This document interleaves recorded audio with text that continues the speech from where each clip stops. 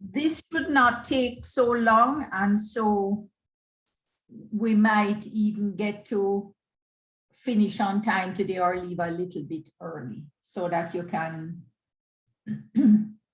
go back to your other work. Okay, how are you getting on so far? Before we begin, are the two groups here? Sashane, Julian, Joshua, and Janet, you can present together because it's really, I mean, just one after the others, literally. And yes, Miss, we are here. Okay, so what you do in the meantime, start setting up your PowerPoint. And in the meantime, I'm just asking, how is everybody getting on? Any final questions on the second assignment, the coding assignment?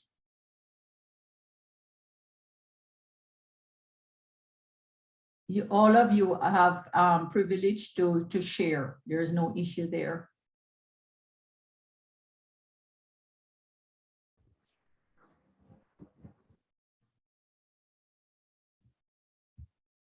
I asked a question. No one has. Yes, doctor. You mean the assignment that is due this evening? Yeah, the one that's supposed to be due today. I'm just asking if there is any last minute question. Yes, I have a question. Good afternoon. My question is question number 3. It says choose 2 appropriate taxonomy, right? Given our background for maths, do we still choose Bloom's and Webb's? And that question also went on to say Bloom's taxonomy. You are to use Bloom's taxonomy.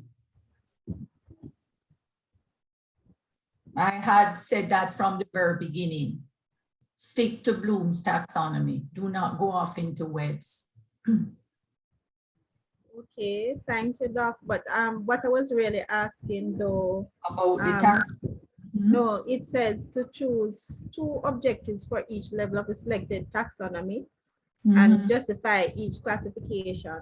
So at each level, we are to put the objectives, right? Objectives suiting the different levels. Okay, that my interpretation is okay.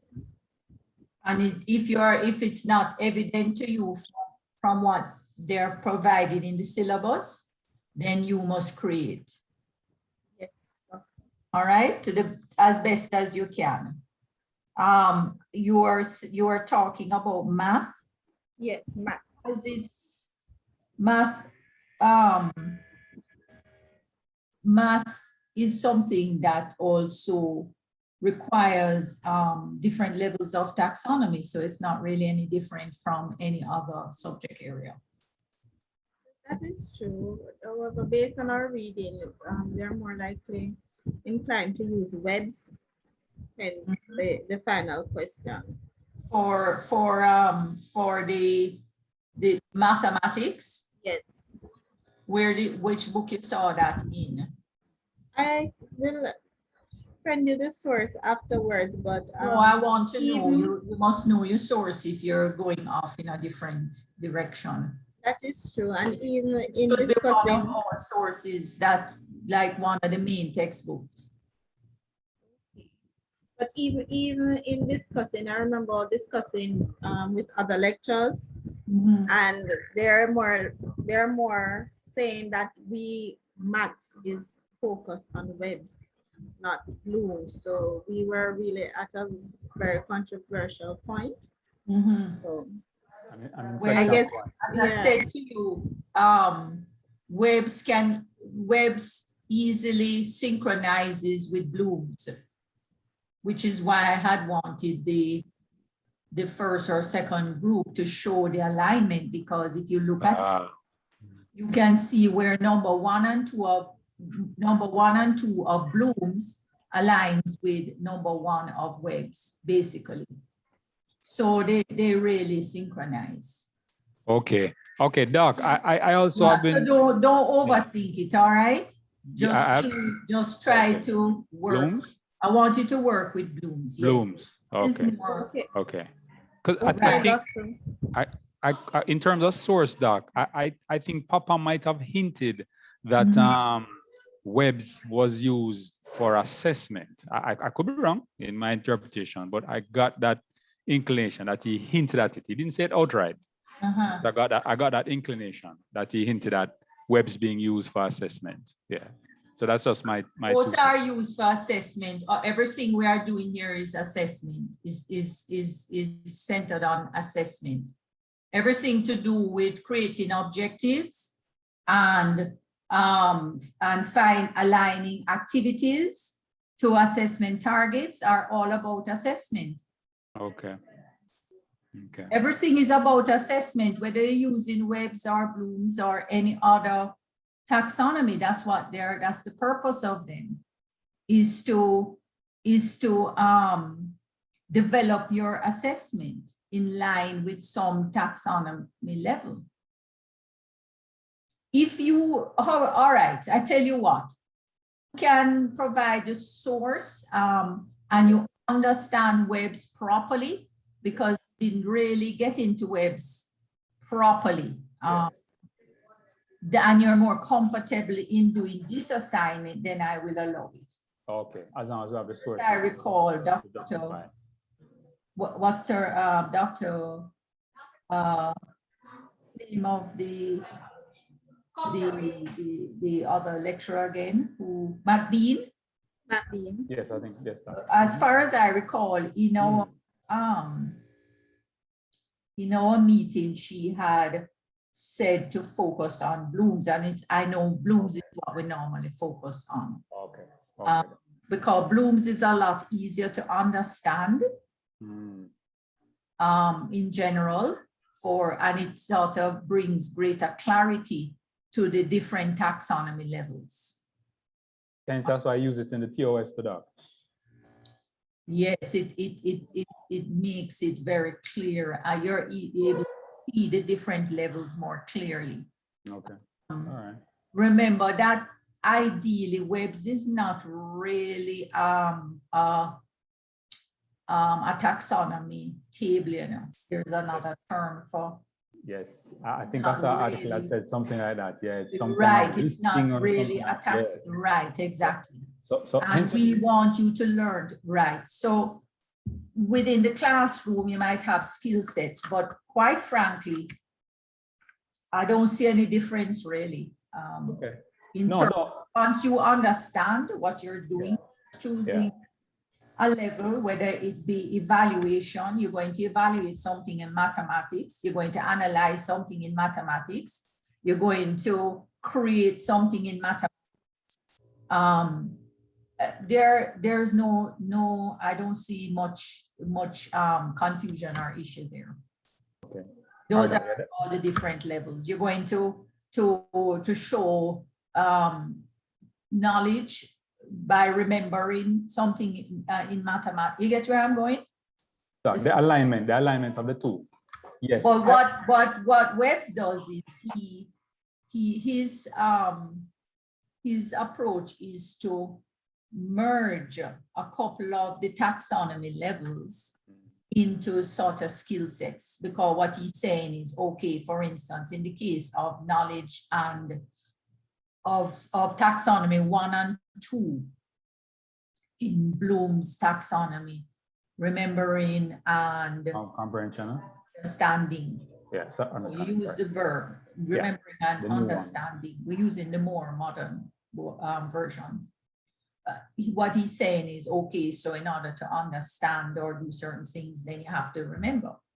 So he's merging the skill set. Okay. So it did provide angst, Doc, and I'm not saying it's good to hear other students who are having the same angst, but I was kind of looking for a silver bullet that said, this is what we use for this, or this is the best application of this, or something like that. So I was looking for something that may not actually exist apparently. So that's, I don't know what again you're my looking for.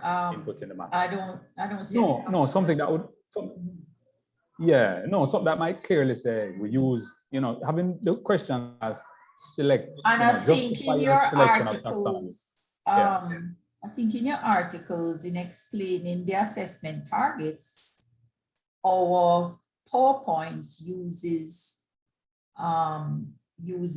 Bloom's to clarify those assessment targets. So your assessment targets often. Yeah.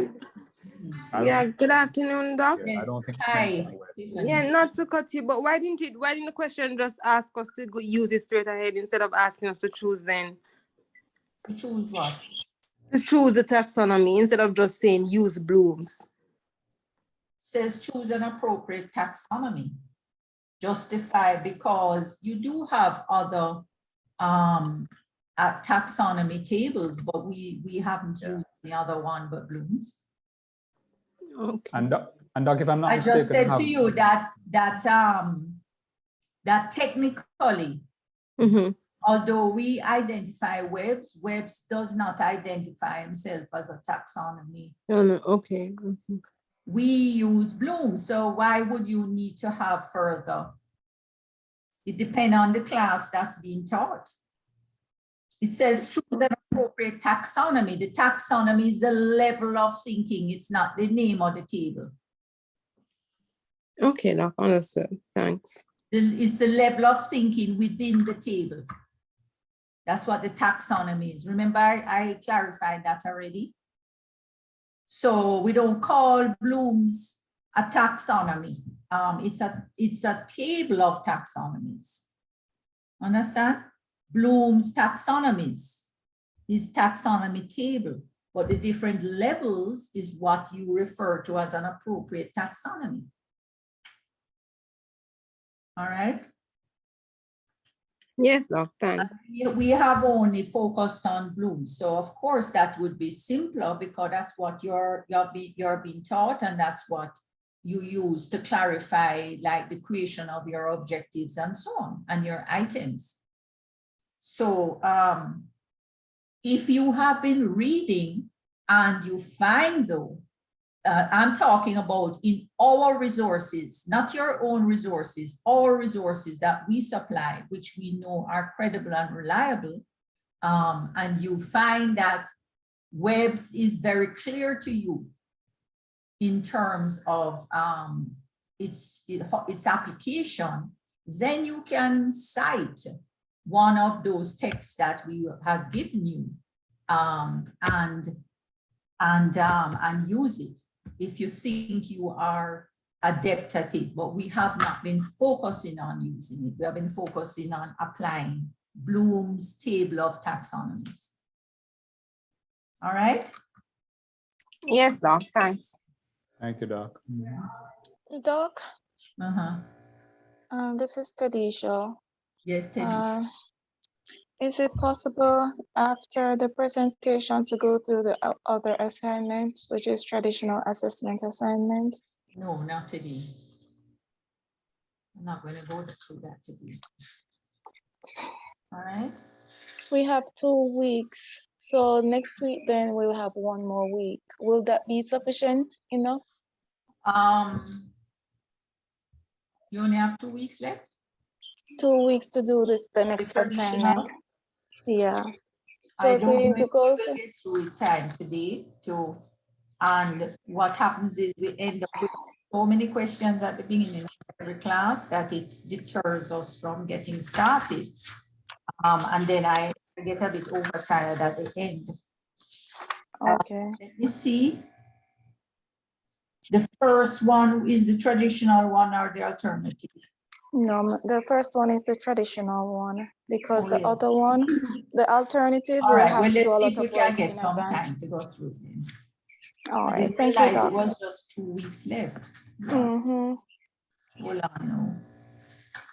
Because it's due the 23rd. That was the date, the 23rd?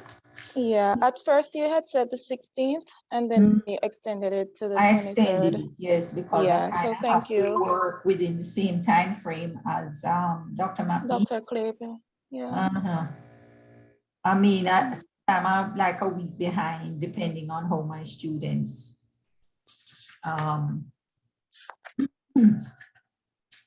But right now we are fairly on track, if you know what I mean. Mhm. So let me see if we can finish. I'm looking if I have the printed version. I have the alternative in front of me. All right, so while you're presenting, I'll look if I can find it. Okay, thank you, Doc. So let's see if we can finish this a little early. When I said this is now 4:30, 5:30, 6:30. We should be able to finish in the next 2 hours so that we can get a little time to go through the traditional assignment. I hadn't gone through it at the beginning. Not in details, Doc. No, You because just- I find that when I go through everything one time, the students get overwhelmed.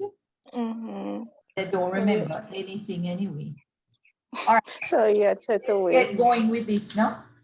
When you Okay, guys then. are ready, everybody please pay attention. And I did provide a PowerPoint on this of my own that was placed in the folder. So I will certainly make sure to send it to you after. Just remind me, Jason. Okay, go ahead, group. Yes, Doc. Thank you.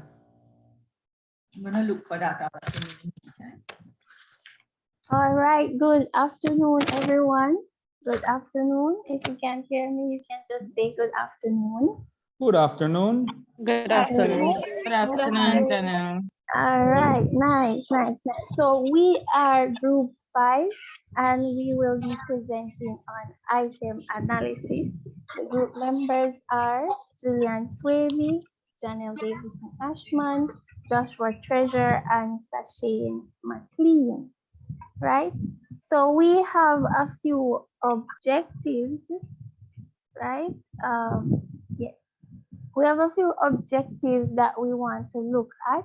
Today, we just have 3 objectives, so we are not going to take up the time to go through the assignment. So at the end of the lesson, students should be able to define item analysis, difficulty index, and discrimination index.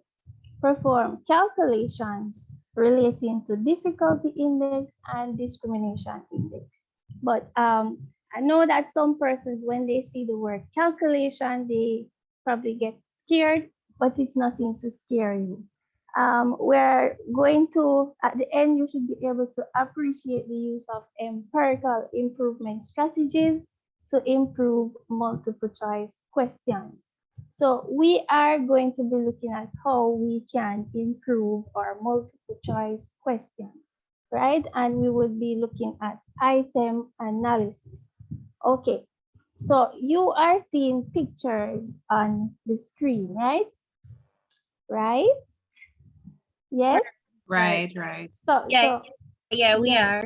are. Okay, so throughout this presentation, I would love maximum participation, right? Because we're going to look at some things that need your involvement.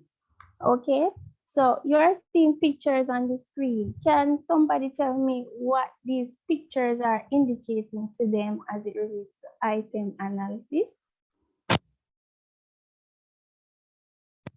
Okay, you don't Can you all say the question answer. again? Yes, okay. So look at the picture and tell me what ideas come in your mind when we are referring How many to students item. answered at each question? Repeat. How many students answered each the answer that they gave for each question? Okay, yes, that's good. Anybody else want to add? Presenting data using graphics.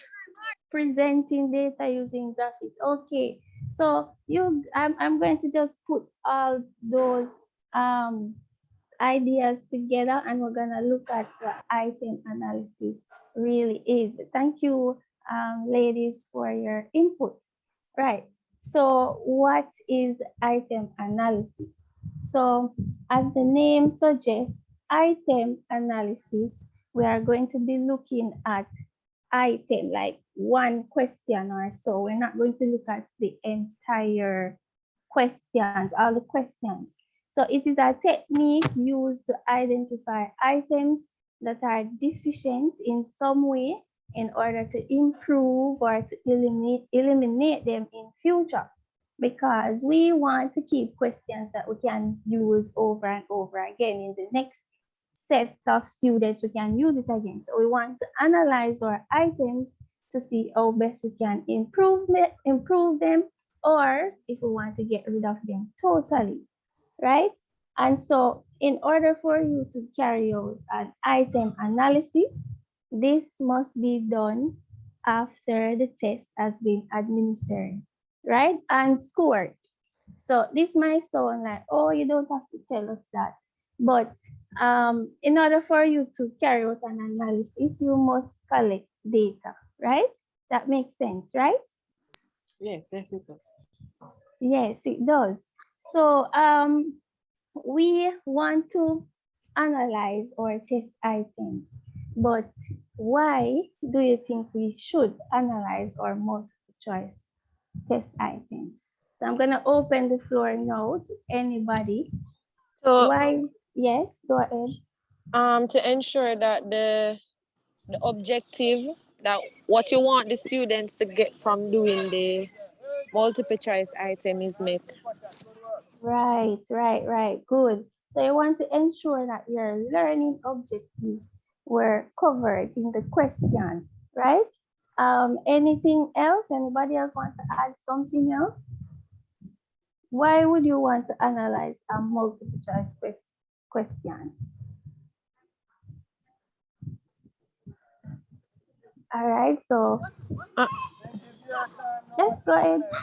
To ensure that it lines up with the grade level that you're assessing. Yes, you want it to line up with the grade level. So that would tie into lining up with your objectives. Yes, that's correct. And Question, Janelle. yes. My question is, we are analyzing the test item and not the responses. Yes.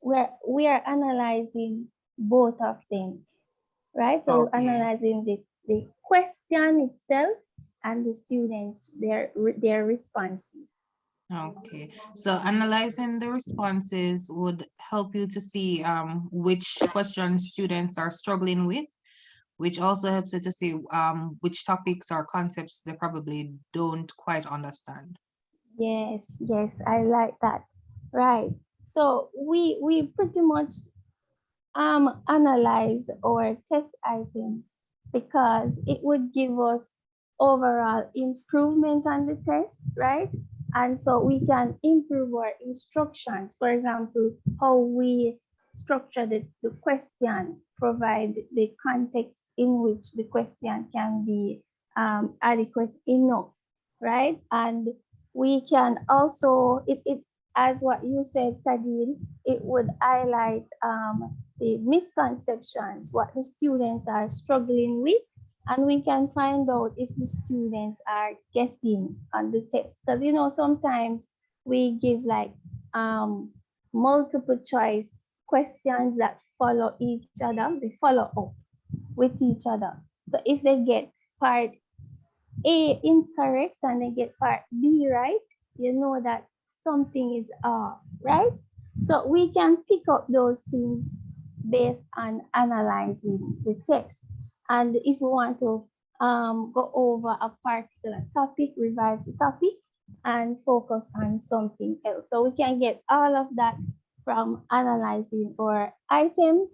And there are so many things we can get from just analyzing our items. So if we look at multiple choice questions, we know that we have the instruction part and we have the options, right? And in the options, we have the correct response and we have distractors, right? So we want to analyze these test items for distractors that do not work. What I mean is that say for example, you ask them a question, what color is the sky, right? What color is the sky? The options are blue, light blue, light blue, navy blue, orange, and green, right? So which one of them you think the students would definitely not choose? Green. Green, right? They would not choose the green, right? Because it is totally off. So if it is that there is a distractor, quote unquote, on the one of the options that none of the students would choose because it is just so obvious, right?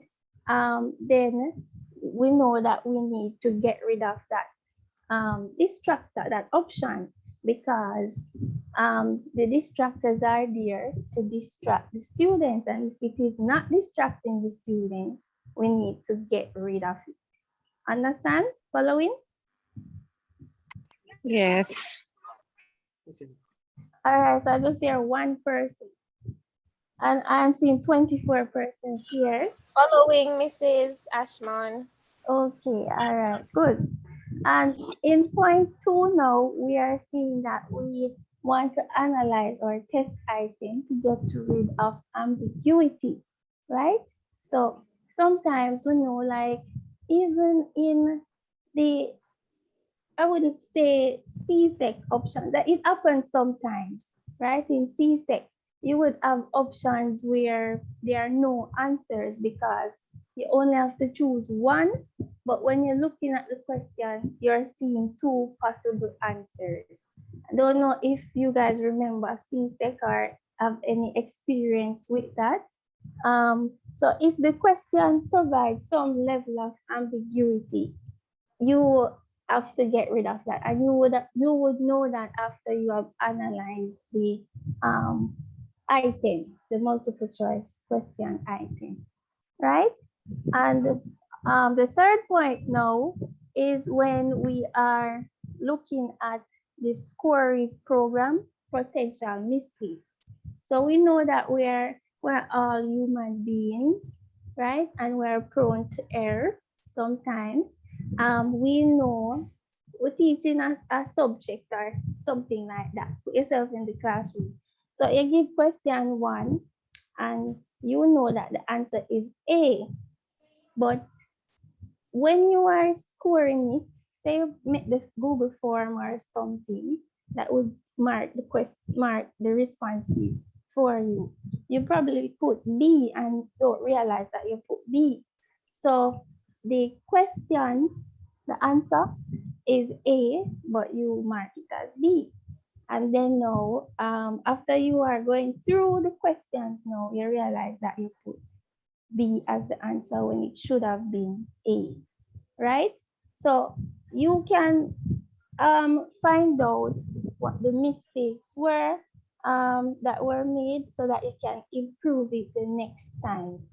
Okay, follow it? Following. Yes, we're following. Okay, all right.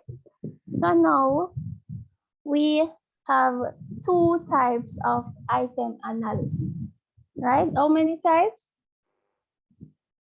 2 types. 2 types, right? We have 2 types, right? We have the quantitative analysis and the qualitative analysis. So when you think about quantitative, right? So the maths person can answer, everyone can answer. When you think about quantitative analysis, what comes to mind? Numbers. Numbers, right? Brace. Numbers. And qualitative analysis is what? Not numbers, right? Words. So quantitative analysis is the numerical method of analysis, and that is the area we are gonna focus on today. But just giving you some information about the qualitative analysis part. It is the non-numerical method of analysis, and so we would use that when we're examining essays and completion writing, and it is suitable for criterion reference tests. So the qualitative analysis has the judgmental background to it. So you're gonna use your judgment to say, okay, what did I do this? What did I do with this question? How can I improve this? But you're not using any numbers. Good? Yes. Good? Yes, miss. Okay, all right. So the quantitative analysis now, it is useful when we're examining multiple choice items, and that's what we're gonna look at today, right? All right. So if we want to improve a test item and we are looking at multiple choice questions now, we can use two of these improvement assessment strategies, right? So we have two of them. So we have the difficulty index and the discrimination index. So both of them, they require the use of numbers, right? So they use numbers. So if they use numbers, what category of analysis would they fall under? Quantitative. Quantitative, right? Quantitative analysis. So they are also referred to as empirical item improvement strategies, meaning same thing as quantitative analysis. Good? Yes? Good. Yes. All right, so at this time, I want you to take out your pencils and pens because we're gonna be using our brains, and even if we're not using our brain, we can use a little calculator. Right, so the difficulty index now is, it refers to the proportion or probability that candidates answered a test item correctly, right? So that sounds like a mouthful, but what it's saying is it's really the degree of correctness. How many persons got this right? And what is the percentage of it or the decimal of it, right? And the difficulty index is referred to as the p-value. So in your books, you will see p-value for difficulty index. So instead of saying difficulty index, you will probably see just p-value alone, but it is referring to the difficulty index, right? Good? Yes. I hope you're not sleeping, following, guys. Yes, miss. Following. All right, okay. All right, so we have a little formula right here that shows you how you can calculate the difficulty index. And it is P equals to R, which is the number of students responding correctly to an item, right? Divided by T, the total number of students responding to the item, right? So let me just emphasize T, the total number of students responding to the item. So I know there are teachers here, and sometimes you would give a multiple choice question and students leave it blank, right? That ever happened to anybody before? Or you may have been a student and you just leave the question blank because you don't know, Miss. right? No, So you I leave just it blank. I usually I do pick it one straight in one. Unless you're doing SAT. Mhm. Right. So when we're calculating the difficulty index, we want to calculate the persons who actually responded, not every single body that did the test, right? So just the persons that responded to the item. Is that clear? Yes? Yes, miss. So you omit those that did not do the It does make do the question. Okay. Yes, sense. because it wouldn't make sense to analyze, our analysis wouldn't be accurate if we included the ones that didn't answer the item, right? So we just have to ensure that we check the number of students that answered the item, and then we look at the ones that answered it correctly. right? So remember this formula because we're gonna look at it again. All right, so these are some indications of what may appear as questions that are very difficult, questions that are just difficult, moderately difficult, or easy, right? And this table was taken from Kehu 1995. So if you can see, when we look at the calculations, you will see better, but I'm just giving you this now so that you can, whet up your appetite for the calculations. So of 0 to 0.2 being very difficult items, very difficult questions. 0.2.1 to 0.6 being difficult questions, and 0.61 to 0.9 being moderately difficult, and 0.91 to 1 is easy, right? So the table represents, well, the scores of difficulty, right, of the difficulty index. And so the p-value, which is the difficulty index, it can range from 0 to 1, right? So it can range from 0 to 1, and you will see that soon.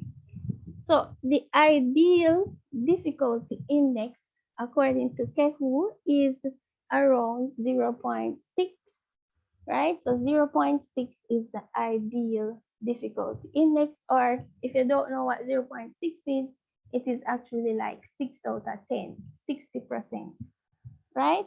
So the ideal difficulty is around 0.6. So we're gonna be looking at this example now where we analyze an item. So for example, if you have 50 students answering question 1, right?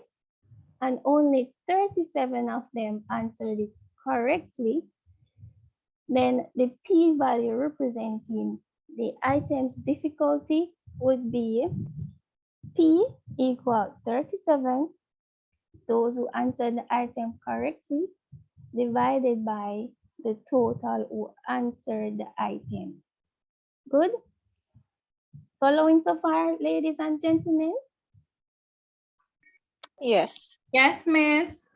Yes, All miss. right, good. Yes. So, great. Awesome. So Awesome. I have a question, Miss. Yes, go ahead. So if the P is closer to 1, that means that it's more difficult, right? The closer it is to 1, the closer it is, the more difficult it is. No, I think the other way around. No, it's the other way around. Oh, okay, thank you. Yes, the other way around, because we are looking at the degree of correctness, how many persons answered it correctly. So if you have say 9, you have, using this example, same example, 37 students answered it correctly. Sorry about background noise. 37 students answered it correctly, but in total we have 50 students, right? So you could say that this is good, right? So 0.74 would be the difficulty index, and so we would view this as, in terms of the correctness of the question, that more students got this question correct, right? And so because it is close to 1 as well, because it is close to 1, persons may view it as an easy item, right? They may view it as an easy item, but it can be subjective, meaning suppose you say you're doing maths then, right? And give me a topic in maths that students always struggle with. Anybody? Regression analysis. Whoa. That regression Regression analysis. analysis, right?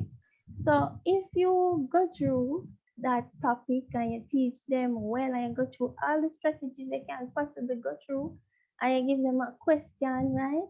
It's a complex topic, but you go through everything, you take your time and go through with them and you realize, say you give that question to 10 students, right? And then 8 out of 10 of them get it correct. 8 out of 10, right? So that would translate to the difficulty being 0.8. You understand? That would have been 80%. 8 out of 10. Following? Yes, Yes, miss. Yes, miss. So once it is like 0.8 or 80%, the 0.8 is close to 1, right? Yes? Yes. So because it is close to 1, some people may view the item as a difficult one. True, as an easy one, easy one. They will view it as an easy one, right? Yes, like Cat Joy. Yes, based on the principle of the difficulty index, if it is close to 1, then it is easy. But we cannot really say that it is easy because we know that complex topics can be taught very effectively so that students can get the concept. And not because a lot of them get it correct, get it right, means that the item is easy. You understand? Yes, yes, miss. And that could only pertain to maybe one group of students, you know? So Exactly. maybe. Good. Right? So that's why it says that the difficulty index is showing you that more students would answer the question correctly. That's the degree of correctness. And in terms of the range being close to 1, it can be viewed as an easy item, but it is subjective to the groups of students and further analysis. So we have to look at it and go through it with a fine-tooth comb again to see how best we can come up with an analysis, right? Following?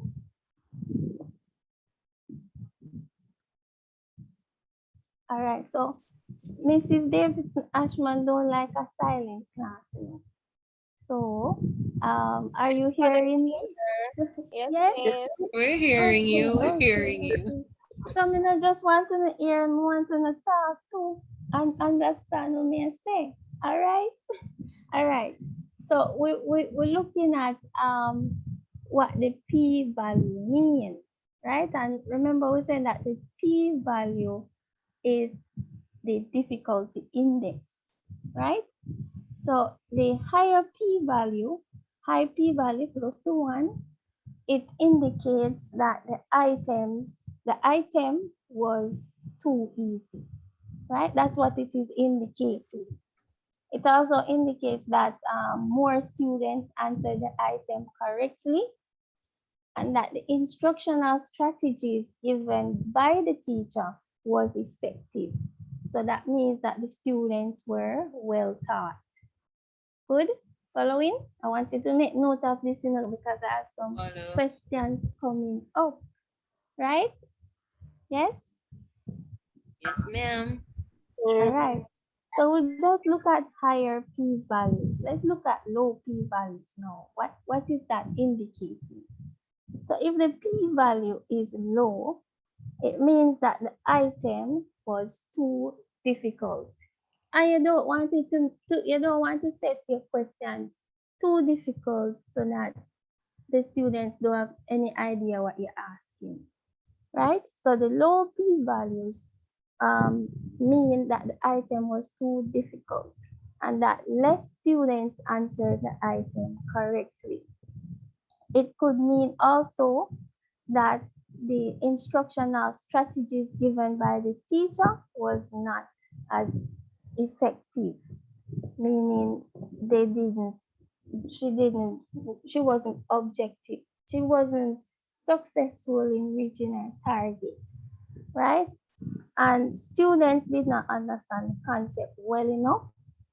and maybe the item was not constructed properly. So the multiple choice question itself wasn't constructed properly. So maybe you have some level of ambiguity in it that causes students to answer that question incorrectly. So we have different indications. We have different ways of interpreting the p-value, the low p-value, right? And then now the final one is that there is an increased probability of guessing. So, you know, them see options there, so them probably say, I forget something right, even if I guess. So them just guess it, right? So the p-values are indicating that. Any questions? Yes, Kev Joy has a person. Yes, you can go ahead. I just realized, thank you for this little section. I just realized something. You said that no teacher would want the p-value to be low and raise the level of difficulty. But what if it is deliberately done by the teachers based on the type of subject or the level? There are certain professions where they maintain exclusivity and the high remuneration of these jobs by simply graduating less and less of those people. Well, so they would deliberately set the test with low p-values so that they can graduate a small amount so that they can keep the profession exclusive. I'm talking professions like actuaries and the like. You don't have a lot of those people, so their value is always, the job itself is always a high value job because it's a small amount of them. And I'm wondering if this is what they have done. Not that the course is difficult, you know, but you could have set the test in a more manageable way so that more people would matriculate. Okay, I understand what you're saying, but as it relates to the items that are given, it should be ideal items. So it must present a challenge that is in the reach of the students. So the question itself must be in the reach of the students, meaning that they have to think about it, right? And it probably requires higher order thinking, critical thinking, and all of that. But to the point where you said that they probably set a low p-value, I don't know much about that background, but based on the reading, we would see that even complex questions, right? If it is taught adequately and effectively, they can answer and get an ideal difficulty index or p-value. The options, right? The options may be close and they may all be close and plausible, but there must be some degree of difference between the correct answer and the distractors. Was that clear, Ket Joy? Yes, thank you for the explanation, ma'am. Carry on, doing well. Okay. I just want to step in here to say that in our classroom teaching, we also have to bear in mind ethical practices, and therefore the whole focus of quality assessment is that the teacher teaches or facilitates learning in a way that enables the student to reach a fair level, a fairly good, acceptable level of achievement. Now, part of the idea behind being able to calculate or do item analysis, so to speak, calculate your difficulty and discrimination indexes, is for you to be able to evaluate yourself and the quality of facilitation or teaching that that goes on in the classroom, right? To see if the items that you are setting on your multiple choice tests, because item analysis in this case is centered on multiple choice type of test items. And so the idea is that you're evaluating the quality of the test item. So if you are going to set p values, and that would be difficult to do, or if you're going to strive for p values that are so high, then what you're doing is compromising the quality of your own teaching practice, right? And compromising ethical practices, because what is not taught on the test and is given is not taught in the classroom and is given in a test paper, right, is unethical practices and becomes invalid, right, in terms of test taking. And so we don't strive to find a level where it is out of the bounds of what is acceptable ethical standards. Understand? So going beyond that would have implications for the institution and the quality of their assessment, so to speak. Does that tell you a little more, Kes Joy? Yes, and thank you. Because I mean, I'm an alumnus from this institution, and I know of the other one across the street. There are certain courses that they call cash courses, you know, because they know that the failure rate is so high, you have to repeat it, which would allude to unethical behavior on the part of those institutions. Yeah, and so what it does is it's not going to do anything for them as for their image. What it's really going to do is to have implications on the quality of their assessment standards. Nothing is wrong in as she was saying about making sure that you have you're striving for challenging test items, you know, to challenge the student in terms of their cognitive levels of thinking. But the material or content that is expected in that thinking should have been what was presented to them in some way, shape, or form within the teaching or facilitation, you know, during the classroom periods. Okay. All right, so moving along. Right. So we have to think about all of this when we are analyzing our test items. Okay, so right now I'm going to turn over to Joshua, who has real life examples of questions and students that did this question before and after learning in this course. Thank you, Janelle. Good afternoon, everyone. Are you hearing me? Yes, Yes, Joshua. Okay. All right. So, as stated, I have results from a test that was given to my grade 7 students in English science. All right. So the example here, the question reads: if you were observing plants, what field of study would you be involved in? All right, so would anyone like to answer that? All right.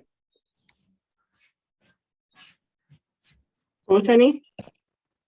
All right, so I see Brittany gave an answer.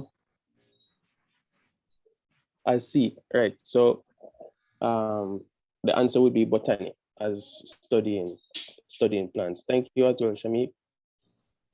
Now, when you move to the results, the total number of students that actually answered this question was 11 students, and the total number of students that got the answer correct was 7.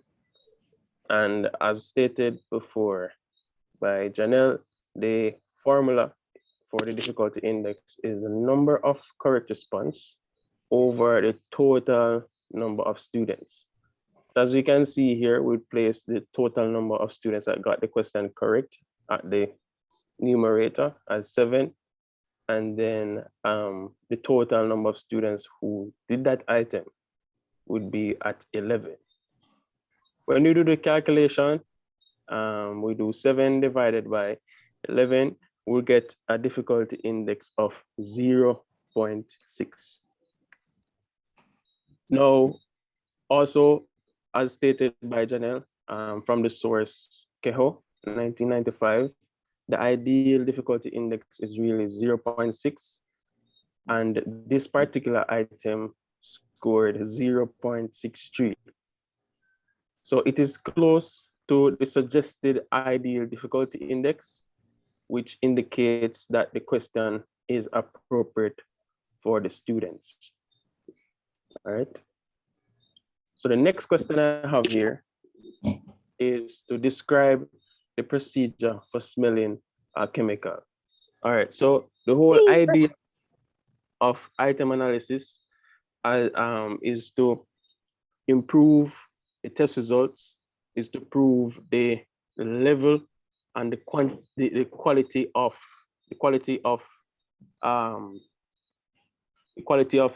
teaching that we provide to the students, the quality of the instructional program that we give to the students, and also to examine each test item. So test items that would have a low difficulty index, the first thing that we want to do is to go back to that test item to see if that test item is actually valid, meaning that it is really measuring what the students know what is really relevant to that particular area of study and level of study, right? So if our curriculum says that students must be able to learn how to smell a chemical, we know, and we want to use that objective to teach that to the students, and then we test them if they're able to know how to smell a chemical when they're in the lab, or to know if they should smell a chemical while in the lab. All right, so just looking at this item was given last year before starting to do this course. So I know some of you might be reading the item and you may see some of the issues of this item. Would you like to state any issues that you see? Are you seeing any issues in this particular item? B might be a giveaway as it is too long. It doesn't match up with the others. Right. Thank you so much. Very good point. Anyone else?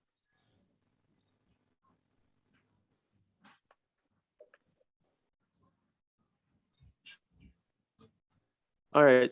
So they go back to the question.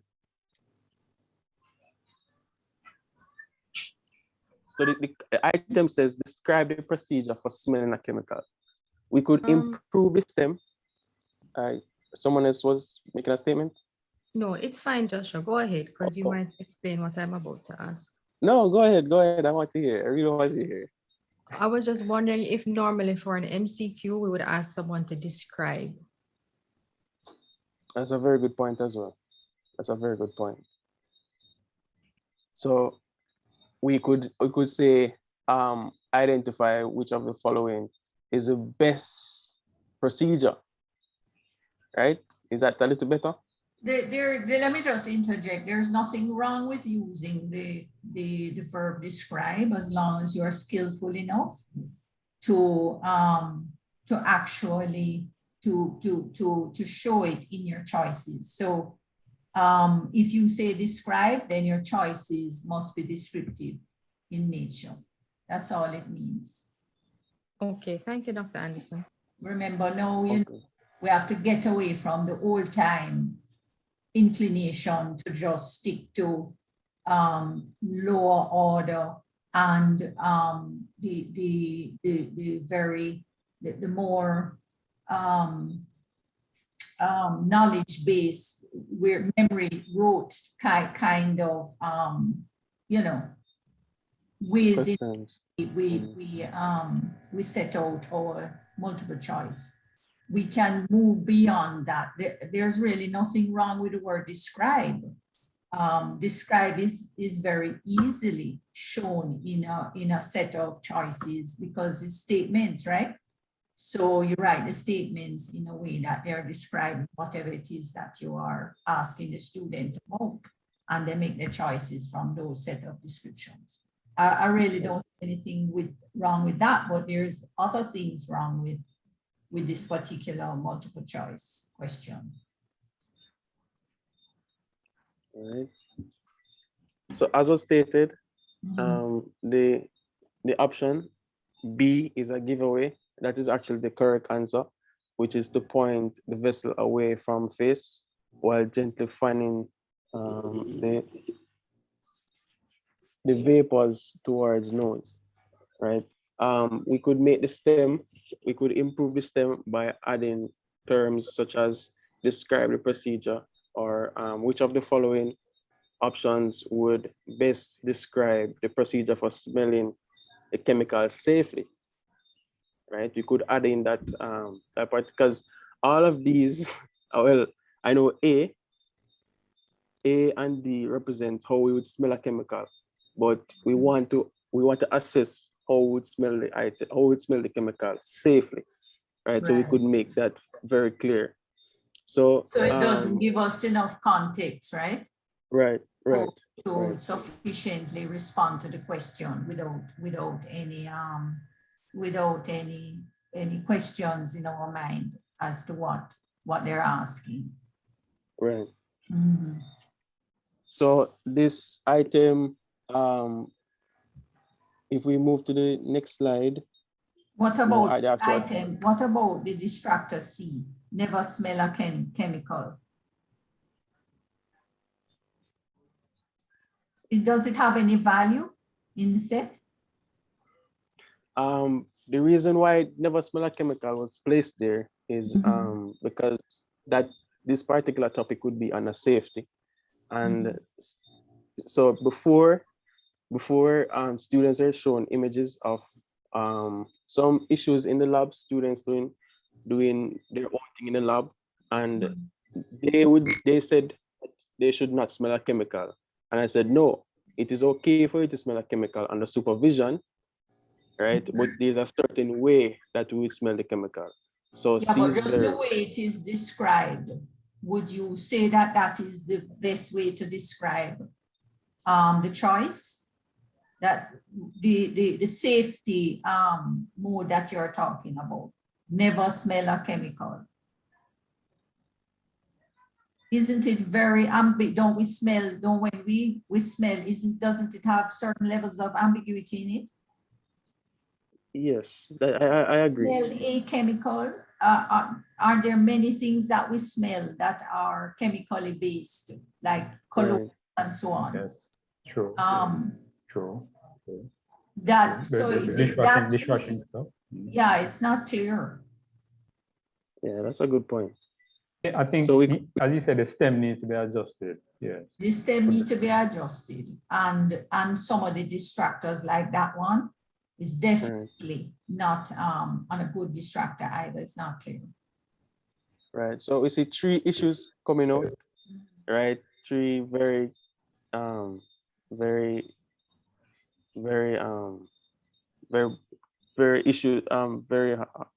issues coming out for this particular item.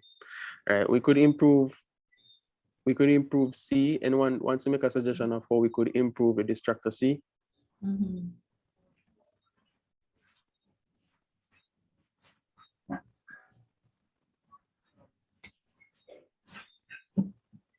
And you need to improve clarify what kind of chemical you're talking about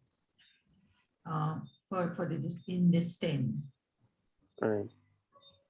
Yeah, so I see some suggestions in the chat. So never smell a chemical without supervision. So we would specify as to what chemicals we're talking about. So probably toxic chemicals then. We could also add that. Yes. Add that in the toxic or, yeah, I was going to say volatile. What toxic is better. Can Can everybody distinguish what is toxic, non-toxic in the lab? Yeah. Well, those who are doing chemistry or whatever would know, right? And they have Part of they their- have they have the signs, the safety signs on the actual bottle to indicate whether it is toxic or not. All right. And chemicals in the labs are not supposed to be inhaled. And as I said, we could include never smell a chemical in the lab, and we could add without supervision. Very good point. All right. So if we move to the calculation.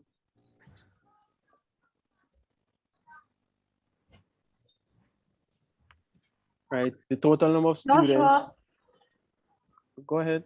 Before you go to the calculation, I noticed when you did the first calculation, should it go back to the calculation? Should that be total number of student respondents? Because I think when Julian did it, it's the number of students who responded. Because some people skip it out, you know. If you have 12 students and only 11 responded, it will be 7/11. But how you have it here to be 7/12 if you had 12 students? Right.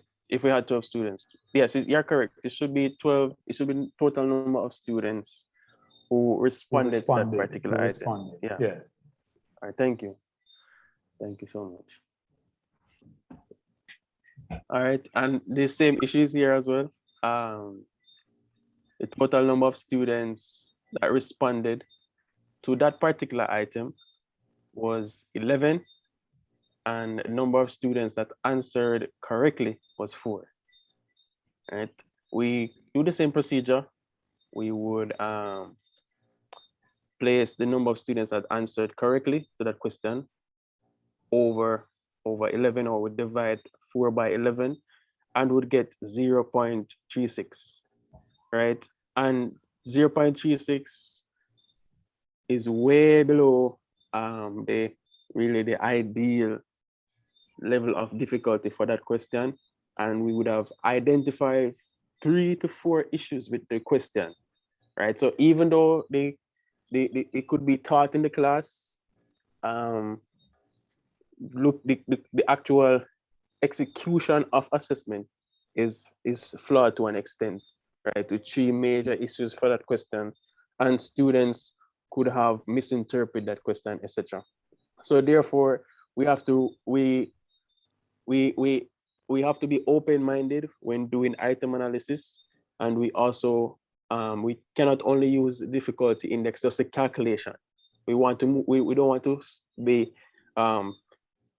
obligated to the calculation alone. We can use the calculation as a tool, right? And then with other forms of item analysis, we can determine really the next step, what we need to do next, or we can what we need to do to improve these test results. So let me just read through this. 0.36, a very low difficulty index, which indicates that majority of the students got that question incorrect, and as was stated, could be because of those the issues, or enough time wasn't spent on that topic, or students just were not able to grasp it. All right, so now with the next one. So we have, just to do a quick recap of difficulty index. What do these p-values mean? So let's start out with 0.8. What does it mean to you? That the students did well on the exam, the teacher That taught. particular item, right? On that particular item. Sorry to interrupt. On that item, and 0.2 on that item they did poorly. 0.4 the same, and the teacher probably did not cover that topic for that question. I don't think you're interpreting what he's asking, Shani. That's not what he's asking, you know. So what are you asking? He's not asking you if the students did well on the test. He's asking you what are the implications for the test items. So analyzing the item and the student's response. This is about the item analysis. Oh. What are the implications of items? I guess the 0.8 would mean that the item is too easy. Right. 0.2 would mean that it's Oh. too difficult. And the Uh-huh. And the 0.4 is the same. 0.4, yeah. A bit. Right.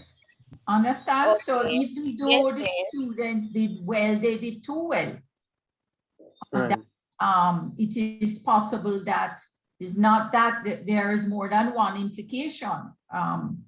It's either that the item was well taught, right? Right. And so Or it becomes so easy for everybody, or it is that the teacher needs to go back and revise the item because the aim is to try and settle within a certain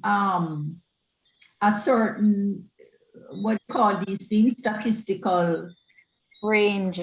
Favor range. Right. That's how you test yourself and the quality of the item. You aim for a certain range, empirical range there, statistical range, to know if you're setting it at an even level, you know, a good level. Right. Okay. The value of 0.6 is the one that we're aiming for then, and not 8, 9, 10. Well, 8, 9. Okay. Exactly. All right, so we must, as I said, not just focus on the number and just say that it is the question is just too easy, or that particular item is too easy. There are many other implications that we must consider when to instruct our next move. So we must look on the validity of the test item, whether it measures what we really want to achieve as it relates to our objective. All right. So at this time, I'll turn over to my colleague, Ms. Sachin.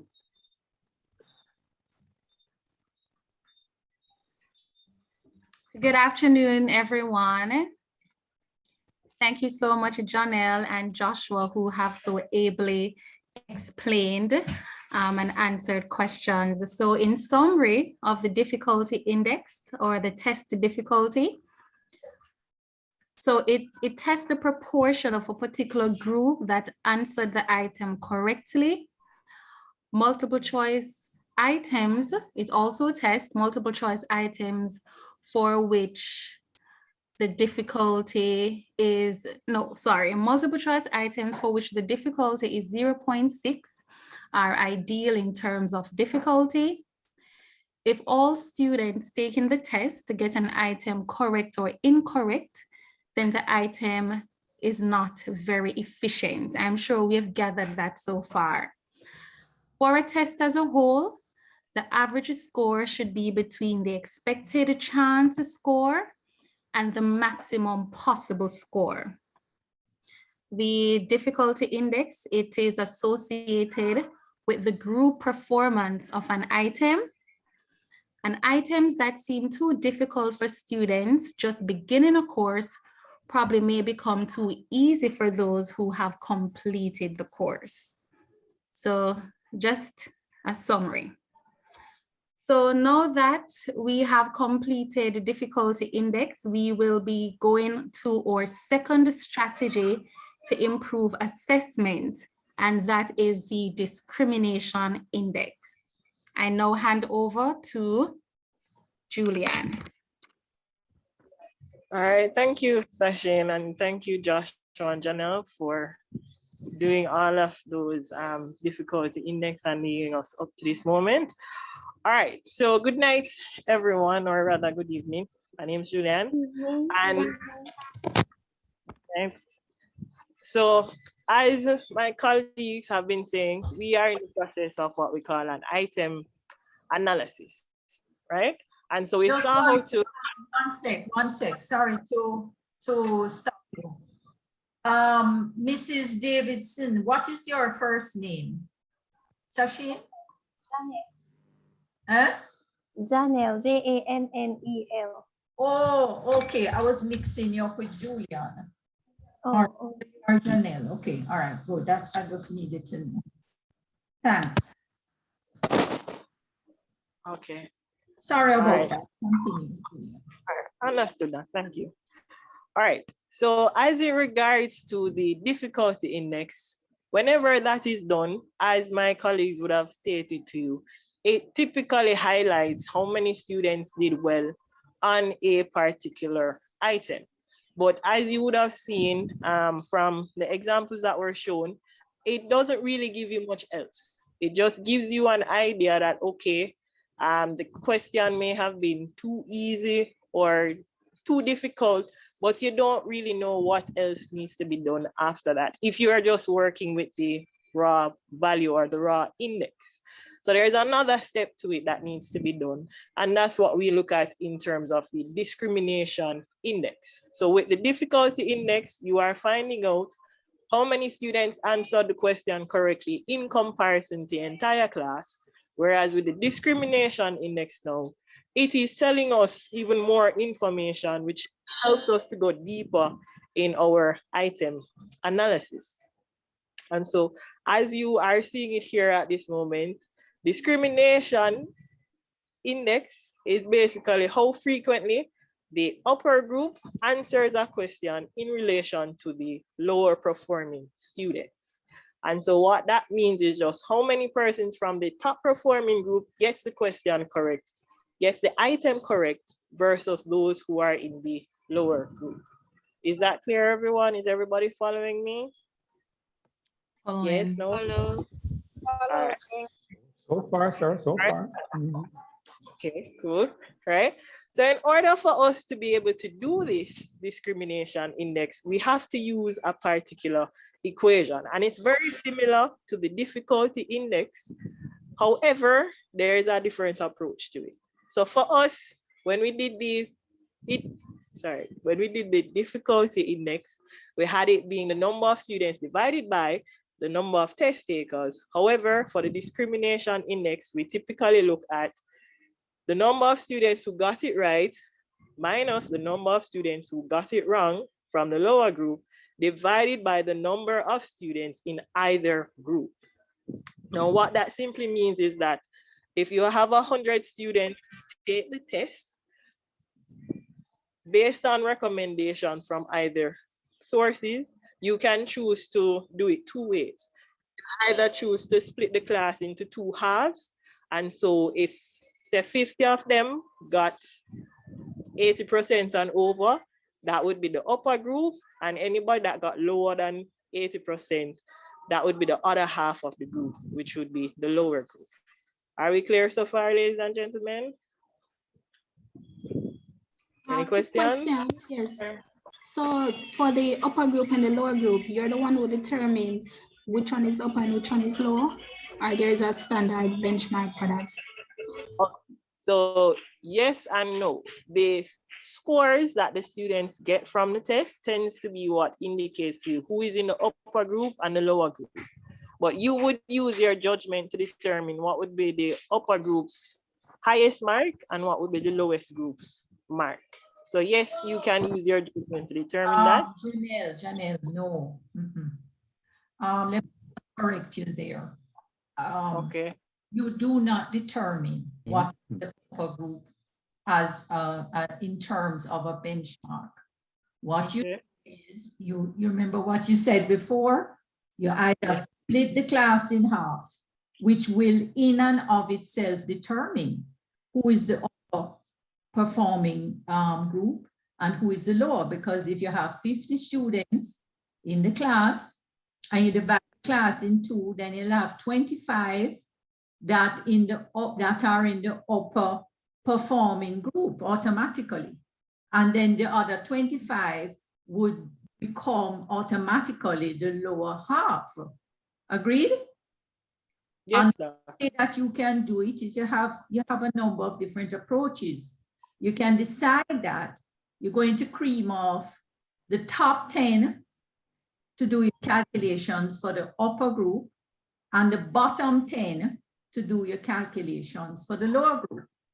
So automatically, whatever grades they get in that top 10, that's the top group. and whatever grades fall for the lower 10, that is the lower group, right? Or you can cream off a third of the top and a third of the bottom. So right away, as long as you divide it equally among the number of students that you take from top and bottom, it will automatically, right, determine what their grades are. You are not going to say it's those who get 80 and above. No, it is divided by proportion, by numbers. So whatever their performance level is, right, they become, the top group is decided by the proportion of number that you decide on for the top of the class and the proportion for the bottom. All right. So we remember that. Okay, thank you for that, correct. Everything else, yeah. Right, so there are, as Doc would have stated, you use the top half and the lower half, but we also have the other option of where, depending on whether or not the upper group is more than the lower group or the lower group is more than the upper group, you can also choose the larger value in terms of which group you have, because not all cases will you have it being exactly 50, just depending on the student's scores, right? That's another approach to it as well. And so when we are doing this discrimination index, what we are really trying to do is to see how well did the top students answer the item correctly versus those who did poorly on the test. And so we have what we have 3 different types of categories for a discrimination index. And a point to note is that the item must have a positive index in order for it to be considered good, regardless of how high or low the value is. And so the aim, however, the aim of the analysis still is to have a high index value. And so we can have a range for the discrimination index going from -1 to 1 based on the calculation. Is that clear, ladies and gentlemen? Are we following?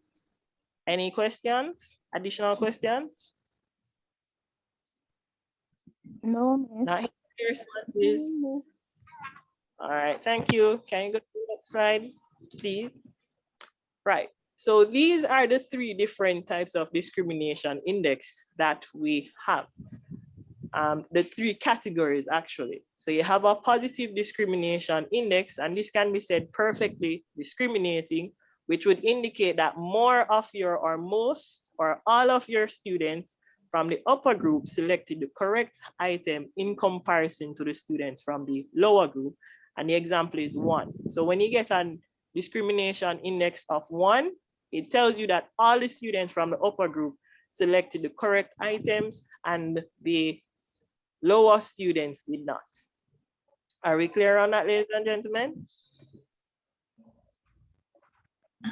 Yes. So far, sir. Okay, all right, thank you.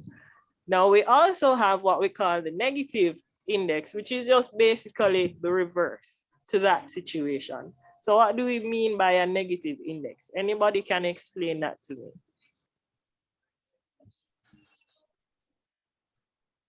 Any volunteers to explain what a negative index would indicate? If it's the reverse of the positive index, what would it represent? It is saying that all the students in the lower group selected the correct answer for that particular question. All right, thank you. Right. And so then we have another category, which is the non-discrimination index, which basically says that there is no distinction between the 2 groups. Now, whenever you are creating or marking your multiple choice test, you don't want to aim for a negative index or a non-discrimination index, because that tells you that your upper students are performing either at a lower level or at a there is no separation between the 2 of them. And so it's not a very effective item if there is no kind of discrimination between them. Is that clear, ladies and gentlemen? Clear. Yes? Thank you. All right, so we can continue. Next slide.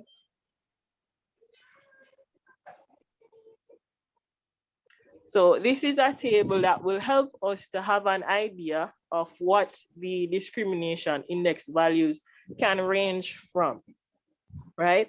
And so just like with the difficulty index, where you would have your 0 to 0.2 being very difficult, for the discrimination index, it is the reverse. So from 0 to 0.4 and above, you would have your items being very good. So once you have 0.4 as a minimum, your discrimination index is very good. Once you go below that, where we have 0 to 0.3 to 0.39, you have a reasonably good item, but could use some level of improvement. And then we have 0.2 to 0.9 that says that it's a marginal item, it's acceptable, but it would be better if you improved it in some way. And also 0.1 and below means that the item is poor and is in need of greater revision or to be removed completely. Now, when you are looking at the discrimination index, it's never good to just use the discrimination by itself to determine the effectiveness of an item, but you must tie it with the difficulty index in order for you to know, should I keep this question or should I discard it? Okay, is that clear, ladies and gentlemen? Are we all following? Have I lost anyone? All right, thank you. Okay, so this is an example of our discrimination index and how to calculate it. So for this particular test item here, the class size is 30, and we have our options here being A, B, C, and D, and C would be our correct item.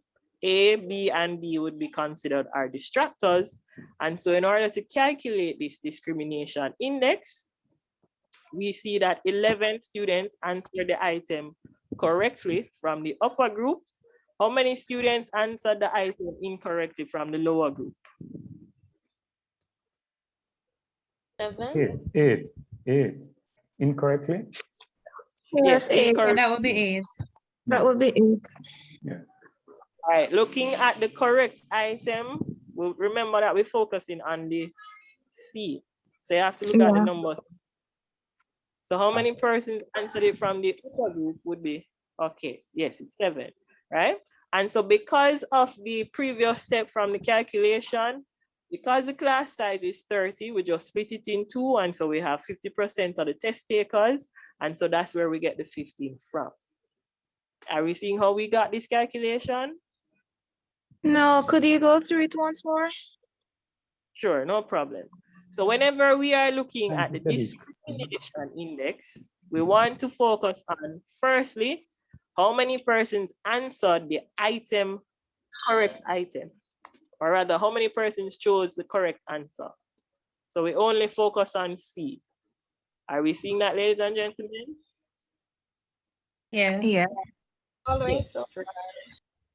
So from the upper group, how many persons chose C? 11. And how many persons chose C from the lower group? 7.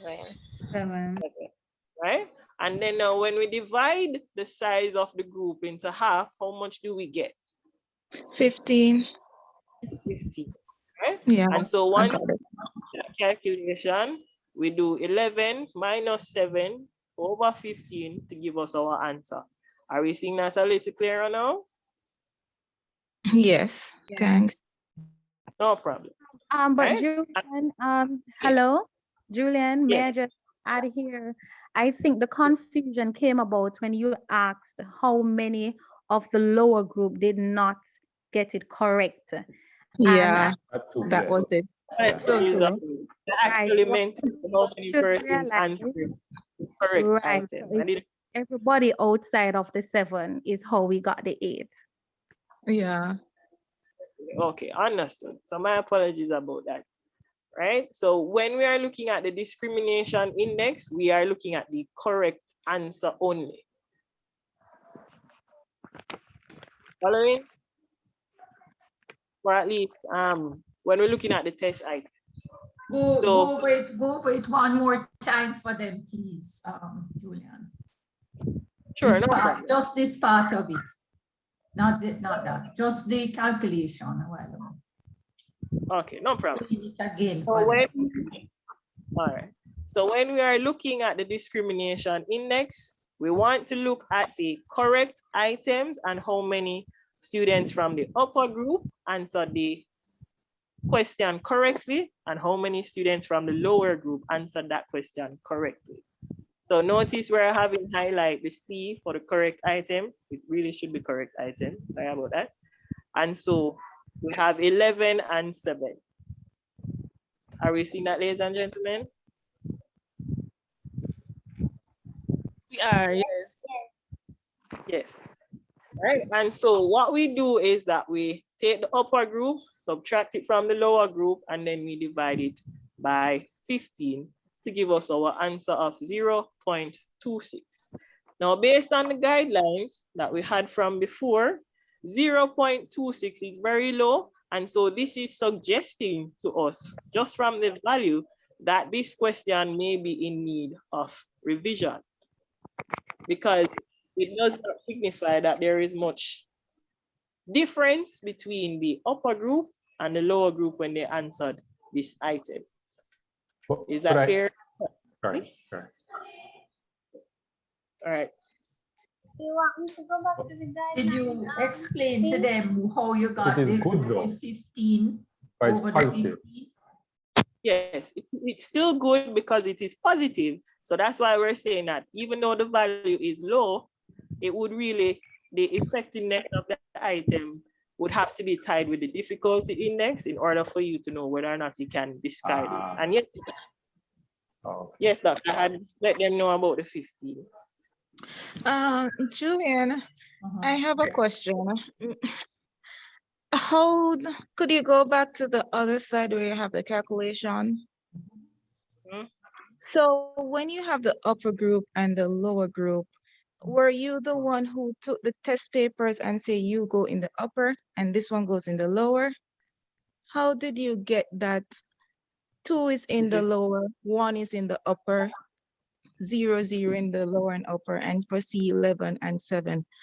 That's what I'm trying to get. I understand the calculation, but I don't understand who goes in upper and lower. All right, so as Doc would have stated from before, you use the 50% rule. And so the scores from the students would indicate who will go into the upper group and who will go into the lower group. Okay, so let's look at A. So where you have, I can understand for C where the correct answer is. 11 goes in the upper and 7, but I don't know how would I as a teacher separate for the incorrect answers? May I add? Can I? Sure, you can go ahead. Thank you. All right, so for the upper group and the lower group, now, say for example, you have given them the test, right? And 30 students did the test. So say we are not online and we have the test papers in front of us. And we basically arrange the test papers from highest to lowest, right? So after we have arranged the papers from highest, say 100 straight down to 1% or 0%, we can take from that range. Now we can divide that in half, right? Divide that from half in half. So we get 15 persons in the upper and 15 in the lower. Okay, perfect. I understand perfectly. Thank you. And then remember now, that is an excellent explanation. Very good explanation. Okay, so the next thing now is that you're going to be looking at each test item on the test. So after you shuffle your papers and order them according to higher performing students and lower performing students, then you go into the test itself now to look at the responses to each test item. And so what you have here on this slide is an example of one test item that is looked at. And all the responses to that test item. Understand, Doc. Okay, great. All right, and so yes, those would be your recommended approach to answering that type of a question. All right, can we go to the next slide? And so here we have a similar scenario, except now that we have for the response here, we're seeing that 9 persons from the upper group chose the correct item, 2 persons from the lower group chose the correct item as well. And so we do the same calculation from before, and then we divide and get our answer as 0.67. Are we seeing that, ladies and gentlemen? Yes, miss. Yeah. Thank you. All right, and so using this value here, just 9 minus 2 giving us 7 divided by 11, and our answer is 0.67. So based on this guideline, the value here indicates that the discrimination between the upper group students, the top performing students, and the lower group, it is very good because we can tell how many students did well in comparison to the students that did not do so well. Is that clear for everybody? Any questions on this one? Any questions? I'm clear, thanks. Thank you, no problem. Can we go back to the guideline table just 1 minute? Sure.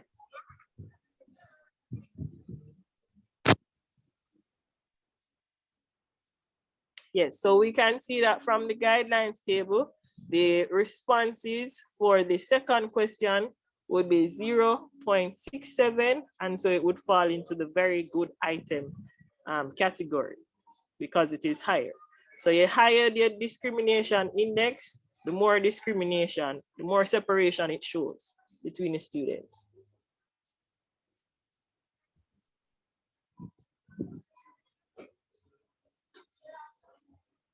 Now, this is an example of what we mean by a negative discrimination index. From this, we can see that the correct item here is B, and we have the upper group being 4 students, and the lower group responding to be 10 students for item B. And so we proceed with the equation as normal. 4 students answered item B. 10 students chose multiple choice B from the lower group. Again, we took the responses, put it into half, and we got our answer to be 0.40. Now, the fact that this is 0.40, is this a very good discriminating question, or can we keep it? Is this a very good discrimination index? No, because of the negative. Because of the negative. Right, because it's negative. And if we look at the items, which group answered that question more correctly? Is In it the lower upper group. Lower. Right. Guess it. Lower group, right? And so do you want to keep this question then, or do you want to discard it just based on what we're seeing? Should it be kept or should it be revised in some way? I would say revised. It should be revised, right? So we would have to put it up for revision because remember, we can't discard it until we look at the respective difficulty index. But Julian, question, because it is easy for the lower group makes it incorrect? That we don't Yes. favor the question? See? Because it is easy for the lower group than the upper group. That makes it unfavorable? Yes, because with the lower group, we are assuming that they are not doing well, and so some level of guessing or something with the question itself may be causing for the upper group not to answer correctly, or the lower group may just be guessing and getting the answer correct. So from this value, it is telling us that the question has some kind of issues to it, right? Are we following? Me teacher, me teacher. Yes, please, thanks. I have a question. Yeah. From you started this discrimination slide, I was wondering why they call it that, and I just figured it out. Discrimination. Because why they call it discrimination index? We are assuming that the slow children are guessing if they get more right than the upper, yeah, the upper quartile where you expect to get the things them right all the time. Agree. That's odd. It could be true, you know, but Yes. it's odd. Yes, yes, it is odd. It's showing that it's not adding up. Something is not making sense in this question. Why is it that the lower group is choosing it correct and the upper group is having problems with it? Right. So it is clear that something is up, and that is why we say that when this happens for a particular item, we need to revisit it. It really You have needs any to be. real life examples, Julian, of a Real life question? example? I'd love to see a real life example of a question like this. I can't envision a question where a scenario like this would play out. I can't. Well, we don't have any at the moment, not in this slide. I But can you look will be for an getting. example, I'm sure. All right, Just so you give can. me a minute, but you'll have to move on and then come back. All right. No problem. Can do that. So we'll be coming back for you guys to see a real life example of that question. So can you go back to the slide?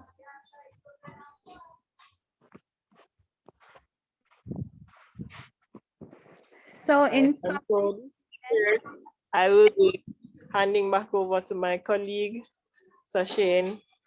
Go ahead. Yes, students. So in summary, the discriminating index, the slide went. Janelle? Yes. So in summary, the discriminating index can be represented by any of several indices of discrimination like we saw. A good discriminator is one where high achieving students. A good discriminator is the one where high achieving students answer correctly and low achieving students answer incorrectly. Those students in the top 50% in terms of the total test are taken to be the upper group. And therefore, those in the lower percent, the lower 50%, are taken to be the lower group. Discriminating index of 0. There should be 6 and above is said to be an effective measure of the same achievement and is measured by the entire test. A negative index is when more students in the lower group answer correctly when compared to the upper group. And we saw that in our last example. And item discriminating is unique to a group of students. So this is a summary of discriminating index.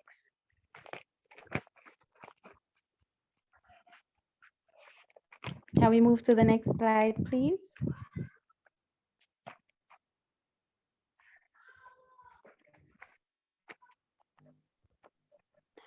So what is the difference between difficulty index and discriminating index?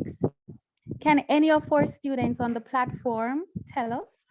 So just share with us what they've gathered to be the difference between both indices.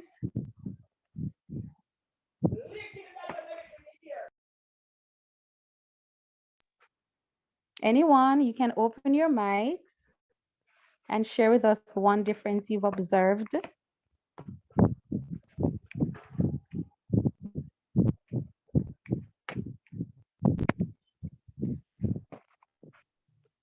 Can I answer?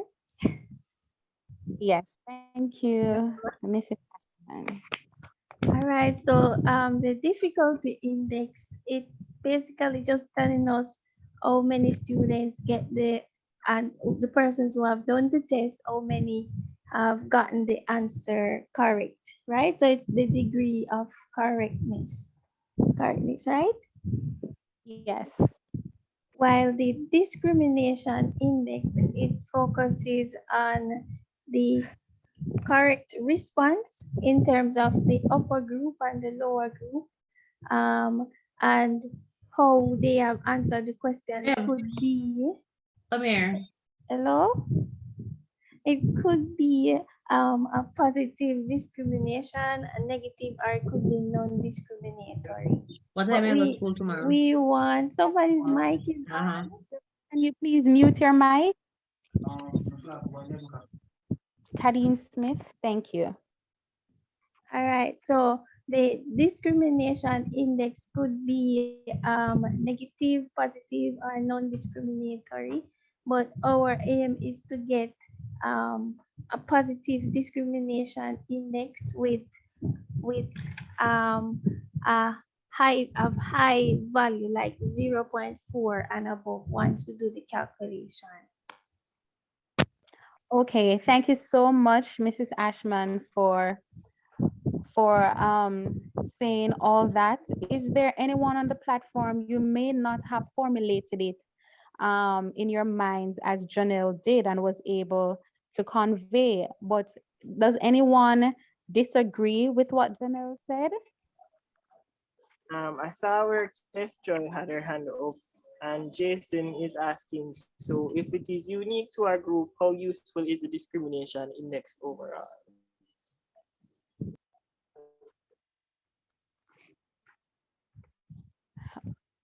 Okay. Does any of you or Dr. Anderson would like to assist in answering that question? I was wondering the same thing too, if it's just specific to this group, or you can generalize based on the indices that you get. You can't generalize to like the whole grade 7. No, you can't generalize for the entire group of students in grade 7. It would be specific to the group of students that you are assessing. Because so for example, 7A may give a different response from 7B.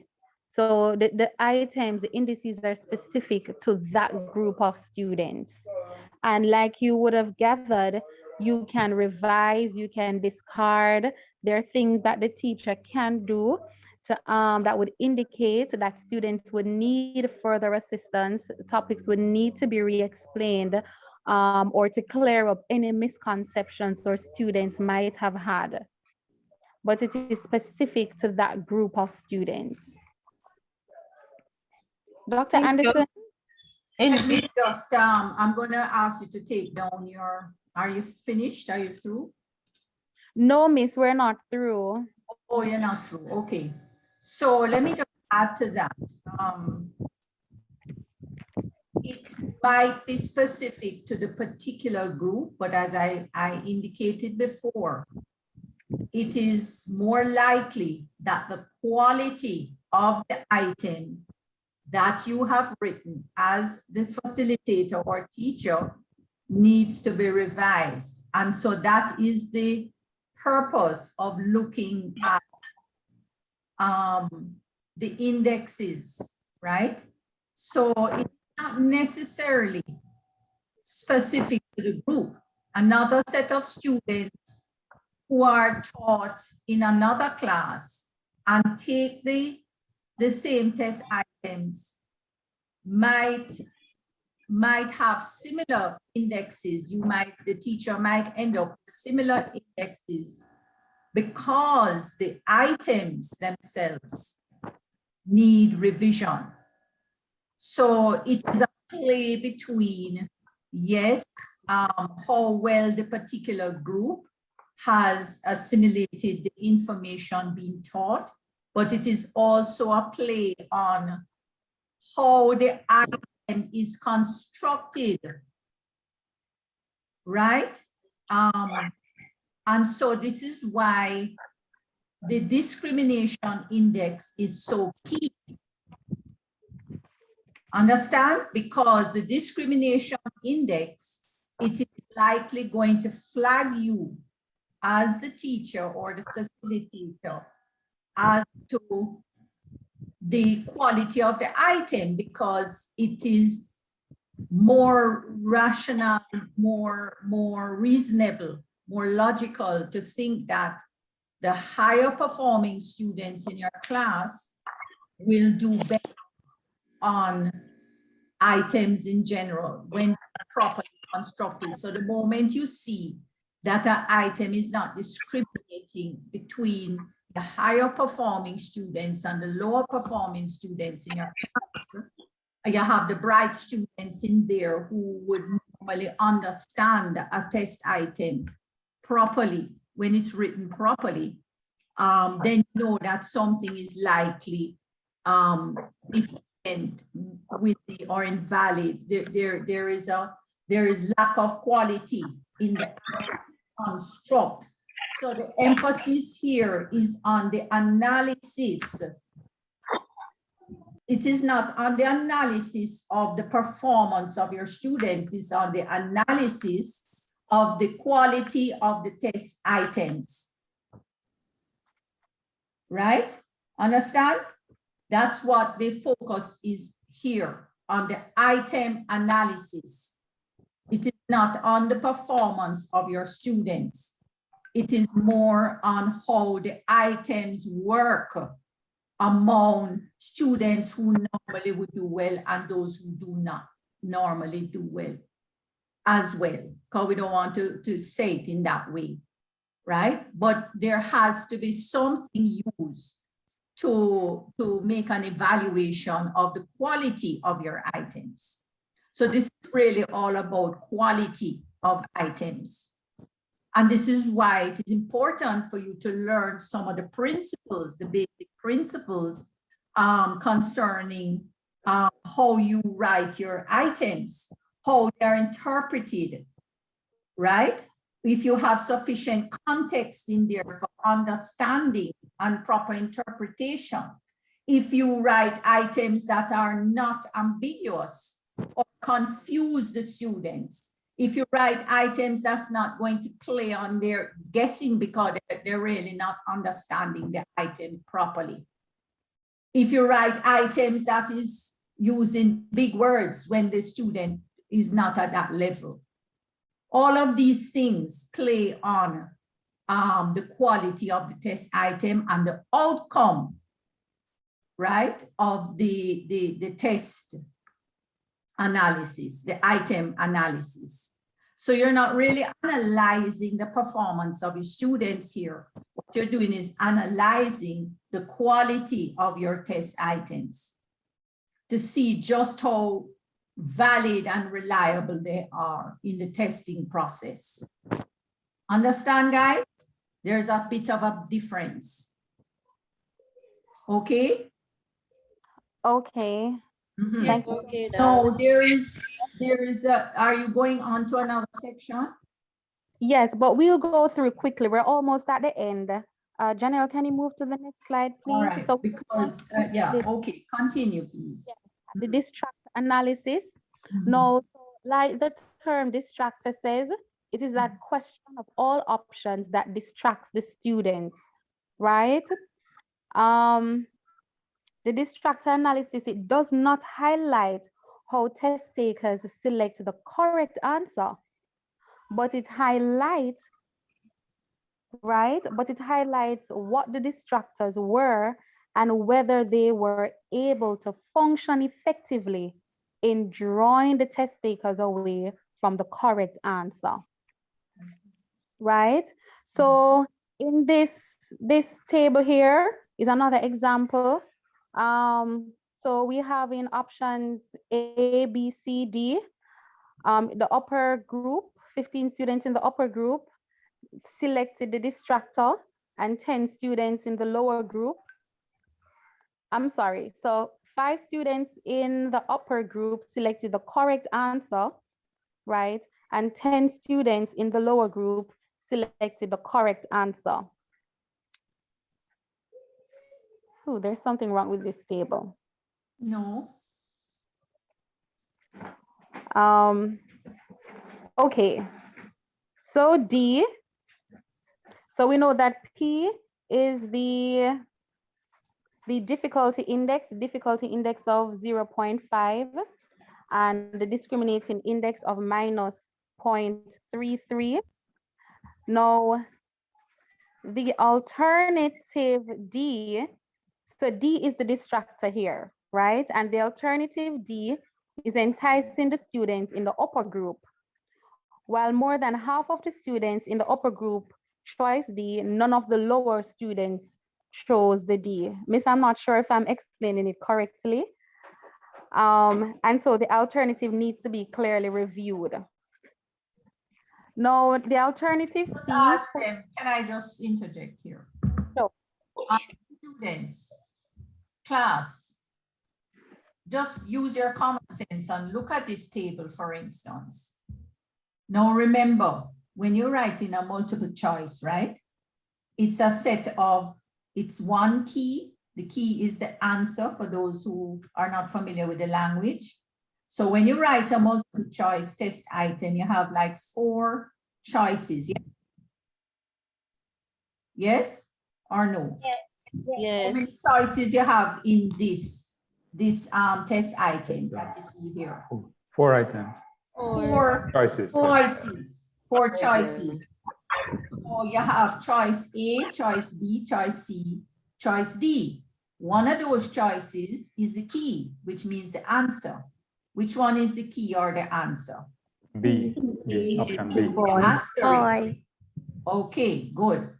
So, and then now you have in analyzing that one multiple choice test item, what you have here is an analysis table showing you how many of the higher performing students have responded to each choice. Is that right? Yes. Each choice that they were given in that one multiple choice item. Now, when you look at this table, what does it say to you in terms of who is choosing what and how the test item is operating? Just make any observation. Just looking at the lower group is choosing the correct response, while the upper group is leaning more towards the one of the distractors. Also, no one chose C. Okay, so the one, that's excellent. So just go slowly for the rest of the class, because you're too bright. Okay. So now you are saying the first observation you made was that, say it again. The upper group, Melissa first. The upper group. The upper group, the so-called upper group. The upper group chose, most of them chose B as the answer, which is not the correct answer. Only a few of them chose the correct answer. But no, wait a minute. So what you're saying is that more of the upper group, right? Yes. More of the lower groups, more of the lower performing student is choosing the answer. Yes. Rather than the upper performing. So right away, you know, something is wrong. Something is wrong with the question. With the key in the item. Yes. So right away, you know that needs revision. Remember now, you know, that each choices of multiple choice test item, each choice, right, is written a certain way. And we just looked at an example before of how choices can be written erroneously. Right. Right? Okay. So that is flagging you right away and showing you that that particular choice that's supposed to be the key, something not right with it. It's not clear. It's not performing as it should be performed. Okay, give us the second observation you called. And if we look at option D, we realize option D for both the upper and D the as in lower. daddy. D as in dog.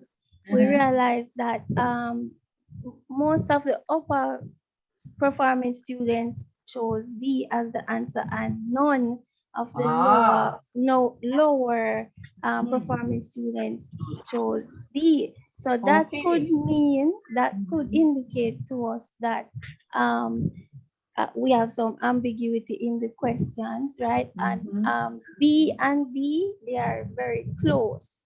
B and D, they are close, and so maybe there are some misconceptions about the topic overall in how the question was structured. Also, maybe it could be one of the examples that Joshua showed earlier where the formatting of the question was off. No, not in this case, not the formatting, because the upper group chose D. Right, Maybe so what this is saying no is that, so Yes. what she's basically saying is that the people who are supposed to be the upper performing students, the brighter students, right, who normally perform, who overall perform better, right? Their interpretation of choice D in the multiple choice item is leading them to choice D. Yes. Therefore, choice D, again, is not discriminating as it should between the upper and the lower. Then again, you notice that nobody has chosen from the lower, the item D, nobody has chosen anything there. So the item is not discriminating as it should. And because the purpose of it is that it should spread across the lower performing and upper performing. So there should be at least one or two responses right across the board if items are written the way they should be written, okay? What about alternate C? What would you say about it? It's not a good distractor, Doc. It didn't cause anybody to select option C. It didn't cause not even one person, not even in the lower group, to select it. So it obviously is a very poor distractor. Because remember, all of this table represents one item on the test, right? And all of those letters there represent all of the choices that were given in that one multiple choice. So you have to look at them now, and you have to make some kind of evaluation as to what you see might be going on with the choices. That's where I'm going. And that way now, you go back. When you look at this, you're flagged. And when you go back to your item, you look at the particular choice and you say, so this must be it. Or I need to shape this a little better so that it discriminates better between upper performing and lower performing students. All right. The distractor should have some value where a couple people at the very least are responding. Okay, when you look at, so item A, distractor A and B, both of them, would you say they are going in the right direction in terms of distractor analysis? Are they going in the right direction? A, yes. Why? For A, because well, we have students that selected A as a response from both the upper and the lower group. But in terms of the numbering, when I'm looking at the number of students in the class, I wouldn't say that it is effective enough either. I would say it's fine because it's going, you don't want your whole pile of your upper performing students to be distracted. To be distracted, but at the same time, you want to see that more people in the lower group are choosing the item that is not correct than the people in the upper group. So it's performing in the right direction, actually. Whereas distractor B, or the key rather, the key choice is performing in the wrong direction because B is the key.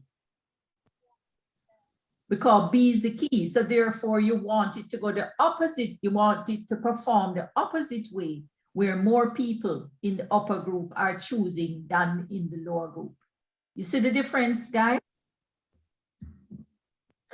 Yes, Doc. Okay, so continue. Question?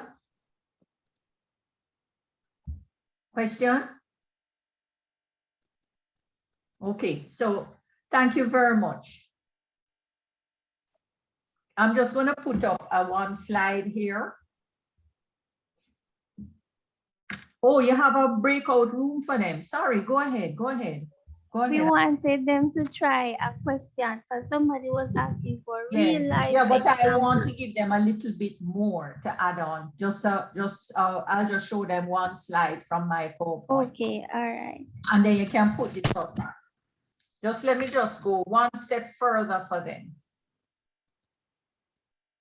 Just take this down a minute and then I'll put up mine just for 1 minute because I want to. Let me just see if I can show them something here. Okay, so here is my PowerPoint that I had done.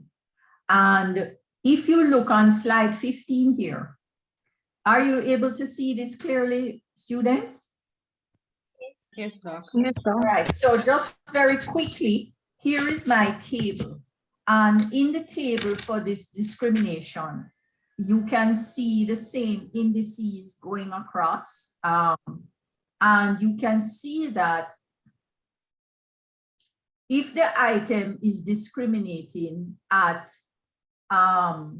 below anything that is more than 0.4, which was what discussed before, is regarded as very good or excellent discrimination, right? And if it can reach 0.5 level, then you know it's discriminating equally between the upper and the lower performing students. And so that would be like the ideal situation, which is hardly likely. But if you can get it to 0.3 and above, then you're discriminating fairly well. Okay, as you can see here in the next part of the table where it says 0.3 to 0.39, reasonably good, but you could consider improving the item.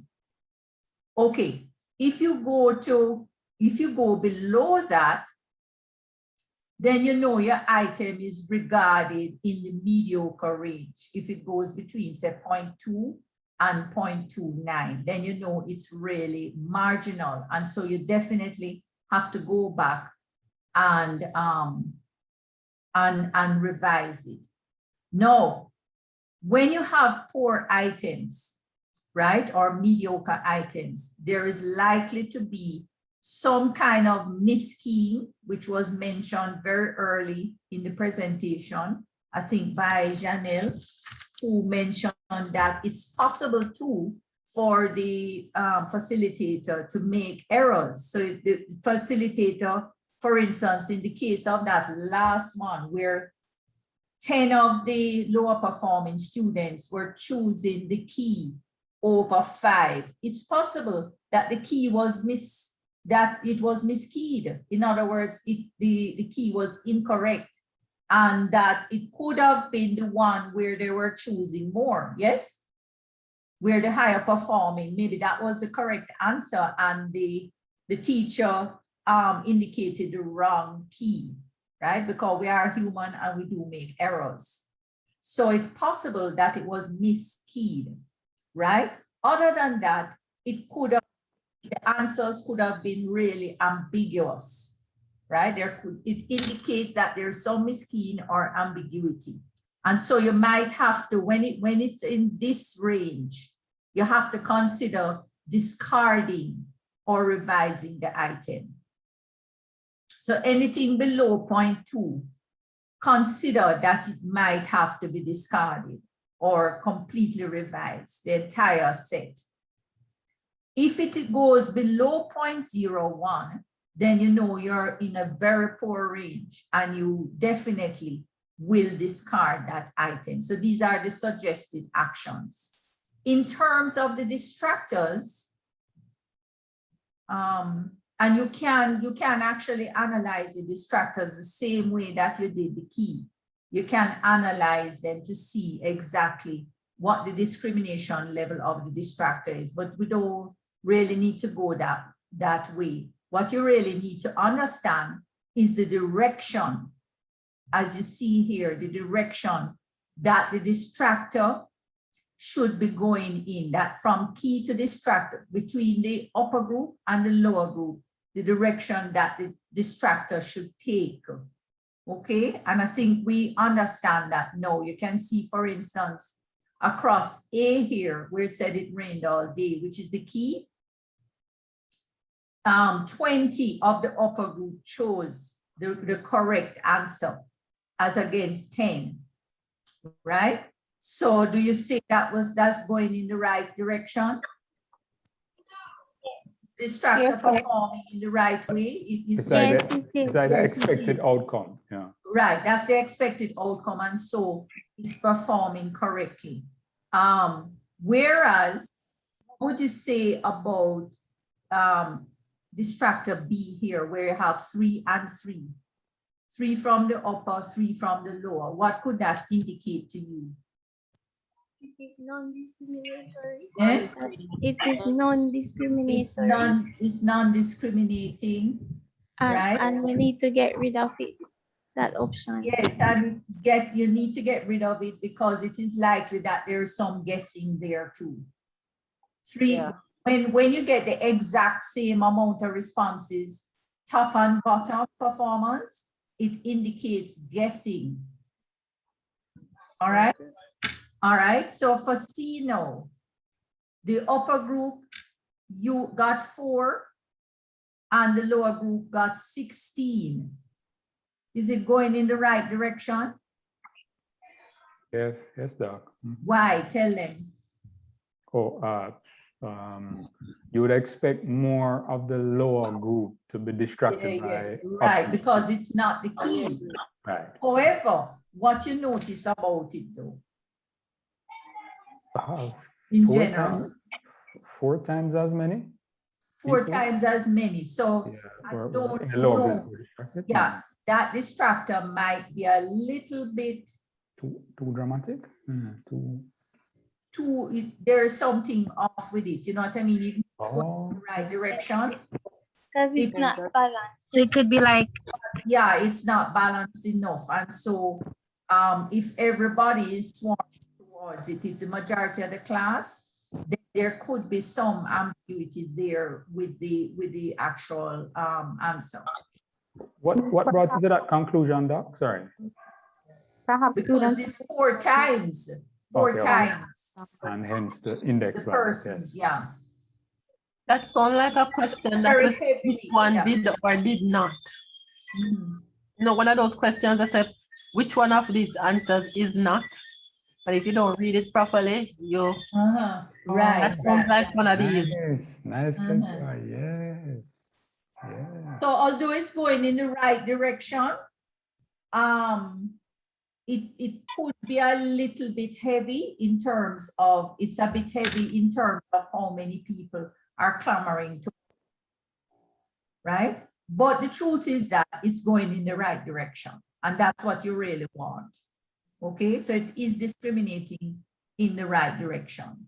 Whereas B is indicating nothing, no discrimination, right? And so this is a questionable situation that we don't normally want to happen because it indicates a lot of guessing.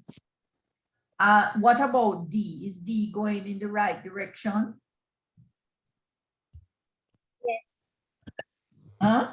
Yes, it is. Who said yes? Yeah, no, I don't think so, Doc. Yeah. No, it's not. Not. It's not going in the right direction. And so that one needs to be revised. Okay. Remember that the persons in the lower group should be choosing more than in the upper group. All right. So that's what I wanted. I have a question. So from the table you just explained, how do you know which is the distractor? How do you know which is the distractor? Any item that's not the key is the distractor. And okay. All right. I was wondering if you could pick up specifically which option is the distractor from the table. Let's go again. Miss, I understand the table, you know, but this is the key. A. Right. So everything else is the distractor. B is a distractor, C is a distractor, and D is a distractor. Okay. Understand? Yes, miss. Yeah. I have a question. Okay. So when you said D 0.07 is not going in the right this direction, are you saying that D is too easy? This is not about difficulty index. This is about discrimination. Okay. We are not dealing with it with the difficulty index now. You're mixing it up. You have to evaluate your item in both types of analysis, both based on the difficulty index as well as the discrimination level. So you're mixing it up with your difficulty indexes, which is here. So if the difficulty index for 0.75 would mean that the item would be too easy, but we are not evaluating difficulty index here. We are down here, we are evaluating the discrimination index. And remember the group presenting explained that you must interpret the indexes the opposite way to the difficulty index. Remember they told you that? So this is a different index that you're interpreting. So don't mix them up. All right. And the discrimination index tells you a lot more about what's going on with the item distractors. So it's very important. And in fact, it really should have been introduced right here because you interpret these in relation to the distractors. So right away, the index is going to flag you. They're going to flag you the outcome of the indexes as to what might be issues among your distractors. So the moment you start to get these outcomes, you start to think around distractors. Everybody with me? Okay, so that's it for, I'm going to take this off now. Can I stop sharing?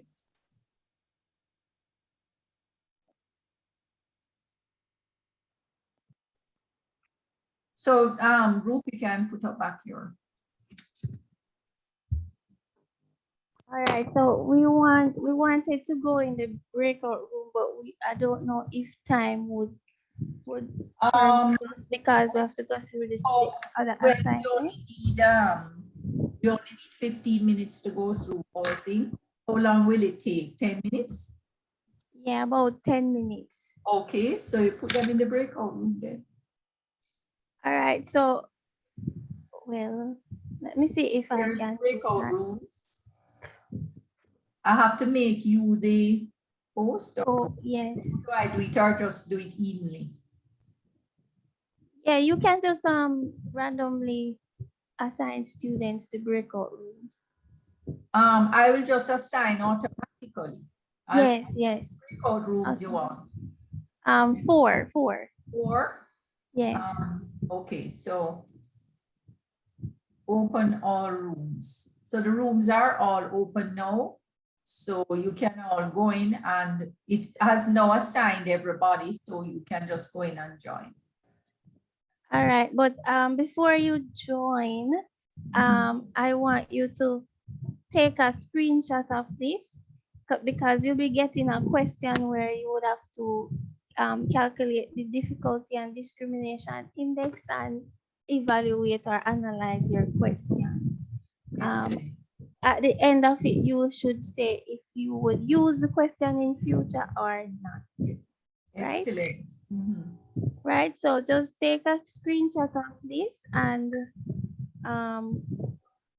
one of my team members will be in your group to present your question to you. Okay? Okay. Right. As soon as I get this shot, let me know. Click on the three dots at the bottom that say more and go into the room that you're assigned.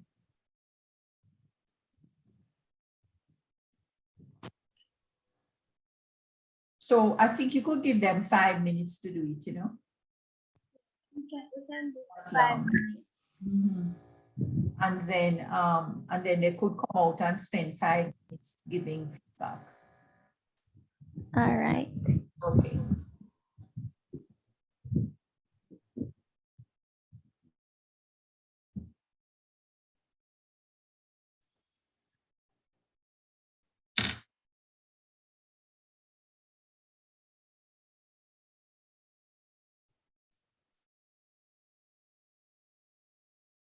Natisha?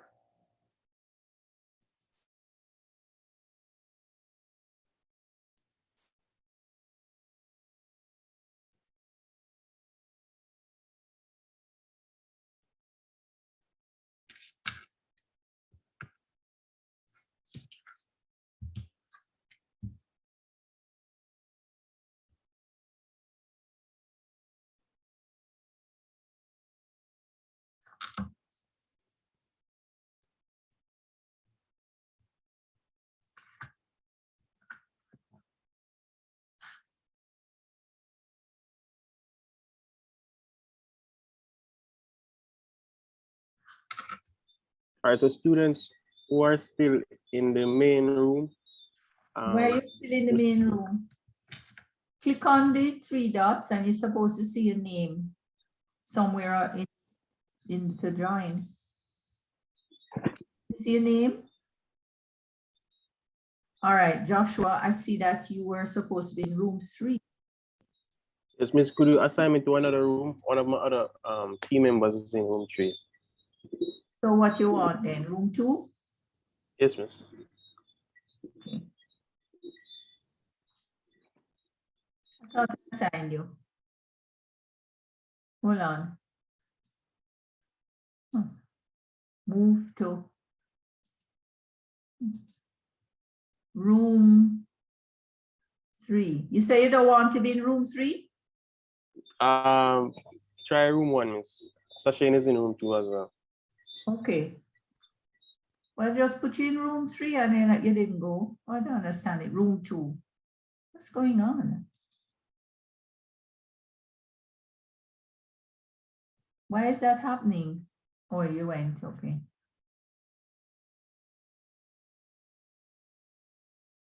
Isolate. Isolate.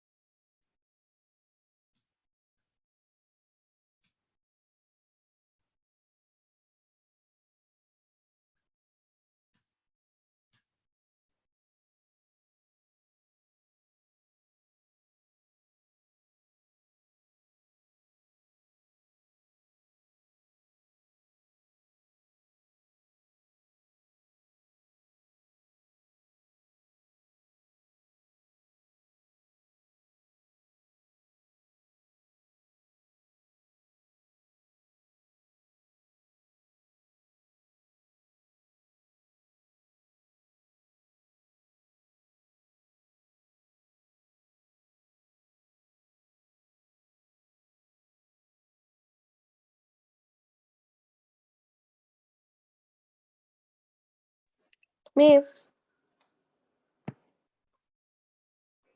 Yeah. Miss, I got kicked off. How are you joining back the breakout room? Who got, Shamik, you got kicked out? Yes. Yes, Miss. I mean, I was in breakout room 1. Room 1, okay, here goes. Thank you. Mhm. What happened? You didn't go? Oh, there you go.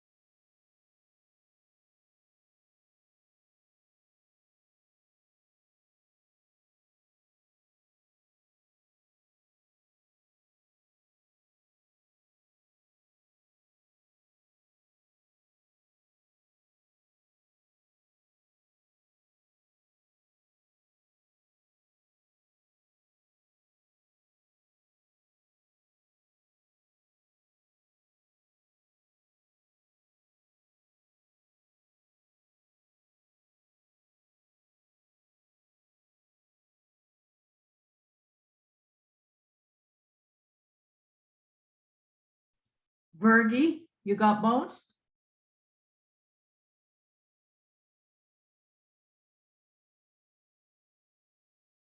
Vergi, did you get bounced? Yes, miss? Did you get bounced? Yes, miss. What room you are in? What room were you in? 2? Could you repeat, miss? What room were you in? I knew I was in the room that Keith Joy was in. I'm not remembering the number. Oh, 2. Okay.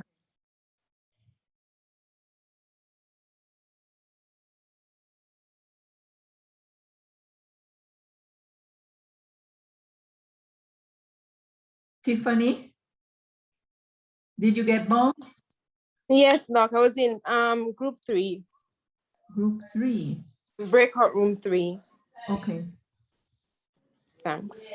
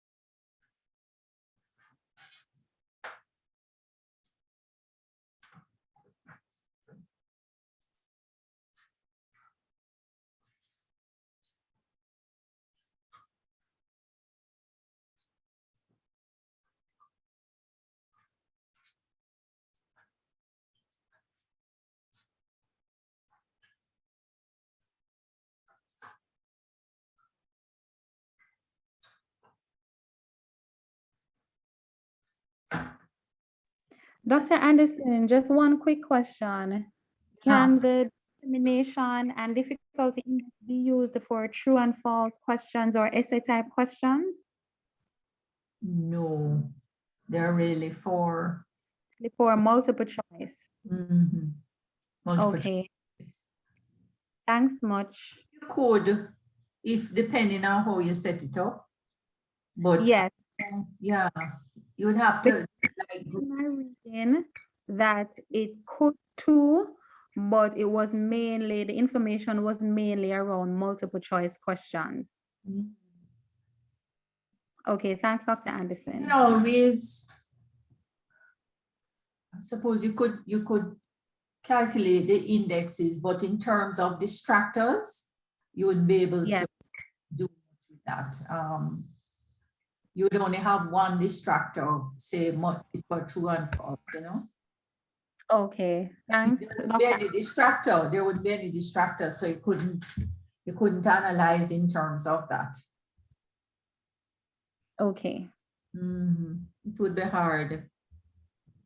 It's really for multiple choice test items, because multiple choice test items are so difficult to create to do well.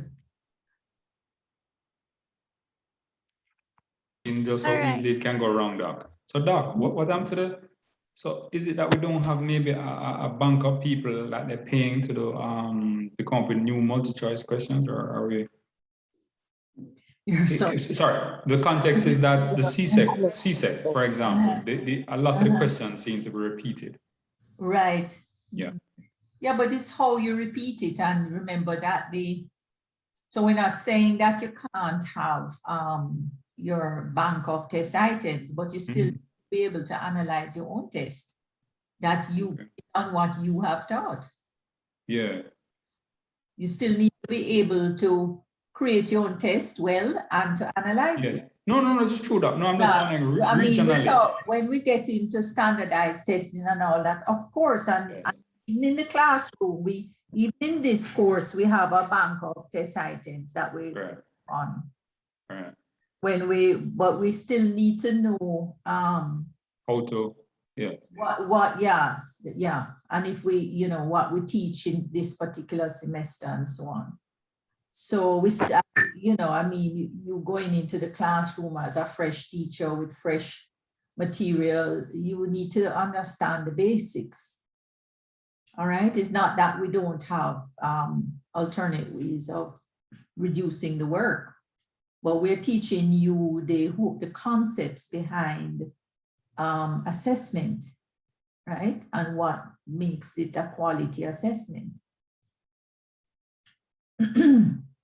Oh, Doc, sorry, you asked me to remind you, Doc, about putting some resources or sending us some resources. Oh, no, I was going to send you the PowerPoint, but I'm not going to bother because my PowerPoint is a little bit more, slightly different the way that they're presented today. They're presented the same, but not as in as sophisticated a way. So let's just stay with the less sophisticated.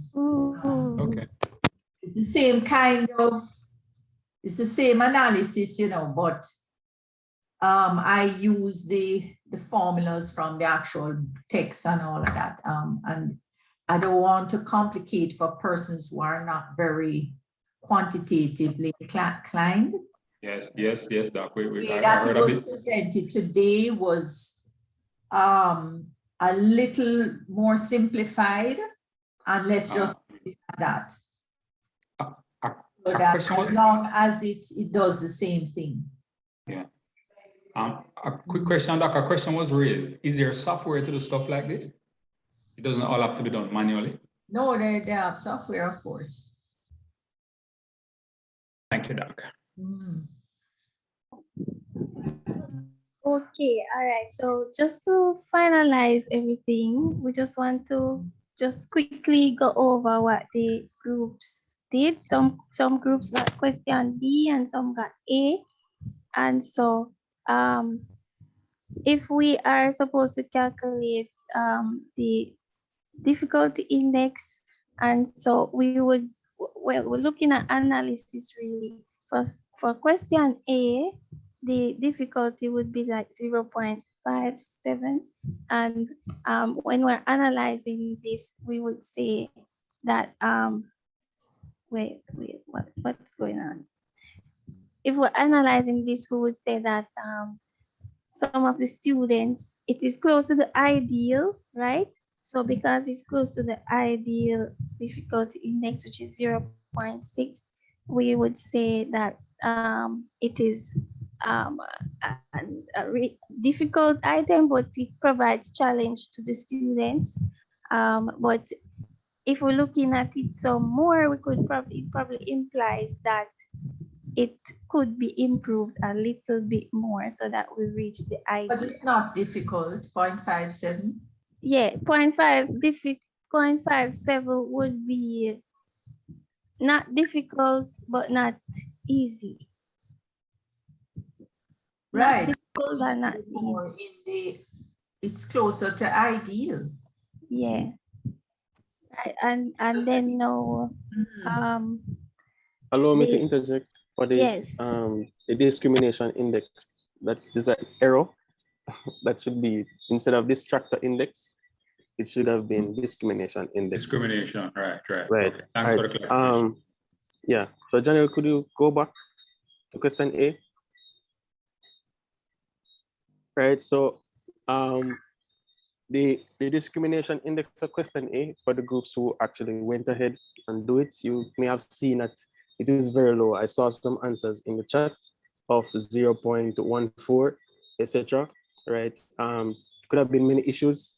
For example, if you look at the question itself, which of the following is not an observation, right? Just that stem alone could confuse some of the students. Students may have been anxious and they don't see the word not, right? So we know that we should stay away from these questions, or if we're going to use the not, right, we should highlight it, right? So that could have allowed some of the students to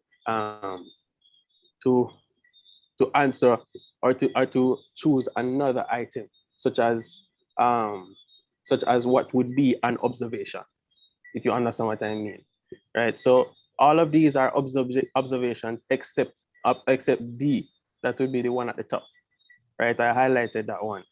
All of these would be observations except that one. So the students may choose one that is an observation because they would not have seen the word not or highlighted it. So there's some reasoning there. And then for the students in the lower group, they could have guessed the first item that they see, etc. That's why, if you go back to the example, could you go back to the example of the calculation? That's why the discrimination index would be so low, not differentiating between the students that actually studied and the students that the students who studied and the students who didn't study. We're not able to differentiate or discriminate between them because of the actual item. As Dr. would have alluded to earlier, the problem in the STEM, right? So for the next item, B, right, is just to find the volume of the shape below. If we go to the calculation for B, item analysis for B, we can see that difficulty index is relatively low. 0.6 is the ideal difficulty, and right here it is 0.3, right, which is saying that not much of the students were able to answer the question correctly. So therefore, they could not, it's possible that they don't know how to calculate the volume. So therefore, we would have to revisit that particular question. We have to go back to that question and say, all right, we need to do it over again, right? For the next time we'll be teaching these set of students, we need to revisit volume. How do we calculate the volume, right, of that? Because the difficulty index would be low. So if we go back to if you look at the question, it is structured properly. I believe determine the shape below, determine the volume of the shape below. If students don't know how to determine the volume of the shape below, they are going to get it incorrectly. That's what we're saying here, right? And it just shows, it goes to show that majority of students don't know how to calculate the volume, so we need to go over it again. All right, if you look at the discrimination calculation now, if you look at discrimination calculation, right, not distractor, discrimination by error, right, we see that it's a fairly good for the groups that did B, right? You got close to 0.3. I heard some groups at 0.36, but my group has 0.36, which shows that it's a reasonable good discriminator between the students who studied, who know the calculate the volume, and the students who don't know to calculate the volume. All right, so that is for this activity. Could we move to the next slide? All right, so just to do, I'm not going to spend too long on this, but when we're doing item analysis, we must consider both the reliability. If we give the students again, if we give the students the same set of questions again, they'll be able, in another mood, in another environment, right, at another time, in another weather, they'll be able to do it over again. And we must also look at the validity of the question, whether or not the question is testing for what we're aiming for. Could we move to the next slide? All right, just finishing up quickly, right? So what we want to do is to identify questions that may be too difficult or too easy based on what the student would have mastered at that particular level. We must be guided by the result using the different tools. These are our tools for us to use. They're not set in stone. We should use them to get more information and opinion as well. We look back on the question, we determine whether there's a flaw in the question, as we have saw in the example with the observation. The question was structured very poorly, and we didn't highlight the not, as because students wanted an example. That could be an example. We didn't highlight the not. So the students who are pumped up for the test, when they see which one is an observation, the first observation that they see, they will choose that one, and then they will get the question wrong because they didn't fully read the question. So we need to look back over the question. We need to restructure it, etc. And instead of eliminating these questions, Toby in 2018 says that we could aim for balance, right? So you have a few questions. You know that maths is a very hard subject. So we have a few questions that students are able to get correct, and that they build up the confidence, and they don't say that the whole test is hard, right? So we can use these tools. We can use them as tools to, we must do it with some form of purpose. Whatever we're doing, we have to do strategically. We want to try and avoid instances of more than one answers being correct, right? As we'd have discussed, eliminate items that reduce the validity of the test, that basically don't test for what we want to test for. And instead of changing or discarding items with a poor discrimination or difficulty index, the teacher can focus more on that content area that is crucial for that level of study, especially if you look back on the question and you see that there's not much we can change, right? We can do, and it's a reasonable good question, but it just have a relatively low. We can look back on that in the future and say that we can focus on that more. All right, next slide. Okay, so this is the item checklist. I believe Janelle will just close on this. So one, this is a quantitative item analysis checklist here. So once you are finished with your discrimination index and your difficulty index, you can use it as a guide to just ask yourself some questions so as to help you to understand, should we keep the item? Should it be discarded? So after those values have been worked, you can say, does this key discriminate positively? That is correct answer. Does that discriminate between the students from the upper group and the lower group? If yes, you can decide what you want to do with the question. For the distractors, does it discriminate negatively? If it says no, then that would indicate to you that the distractors, which are not the answer to the question, would need to be reevaluated. And we see here that we can use the item analysis now to either check for miskeying, ambiguity, guessing, among the choices, as my colleagues have stated from before. And the miskeying would simply mean that more distractions were chosen for item, or guessing was taking place where there's an equal spread of choices for both groups, or some level of ambiguity. And so the discrimination and the difficulty, when tied together, can help you to analyze your question and give you a qualitative analysis and also a quantitative analysis if you are using this item checklist here. You can go on to the next slide. Yes, and so in conclusion, we're saying that item analysis is a new and quantitative analysis. Test analysis does not in itself improve a test. Rather, the data make the prospects for improvement much greater for the instructor who is willing to be guided by data. Weak analysis can be discarded or revised. If the causes of unsatisfactory performance of the test as a whole or any item is obvious, they can be addressed by the instructor. And last but not least, the aim of systemic test analysis procedures is to make it as convenient as possible for instructors to evaluate their tests and to improve them where needed. This is the end of our presentation, and we do trust that our class has learned and is now able to conduct item analyses. Here are our references. Thank you for your attention and the participation. Hand over back to you, Dr. Anderson. Yes, thank you very much. I like that item checklist.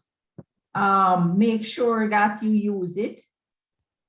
It is an excellent guide, because I was about to say that anyhow, you don't analyze in terms of your distractors, you are going to be missing, you know, things that are necessary for doing a complete analysis. So make sure that aside from pointing out the difficulty and discrimination indexes and what they mean, that you also analyze in relation to your distractors, because that is the key. Those are the keys to what creates a quality testing test item in total. Okay, so this is a very good checklist to keep. I really like it. Okay, guys, so that was a pretty good job. Thank you very much. So I'm just going to go now. Can you stop sharing so that I can just share quickly on the, let me see if I can find your, hold on. Let me see if I can find it. Hold on. I guess I have to open it again. I must have closed it. I'm looking for your where did I put it now? Assignment. I opened the assignment earlier. Where is it? I'm looking for it.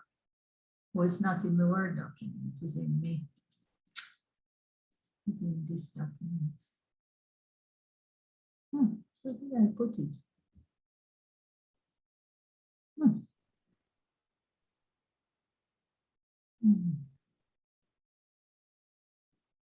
Just give me a sec.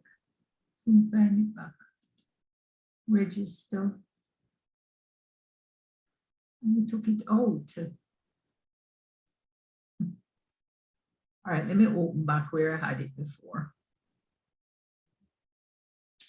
Which one you say it is now, the traditional, right? Yes, Doc. I have to look back for it again, and I had it open the whole time, you know. I know to find it back again. It's in this resources that I gave you here. Because I saw it. Alternative assessment.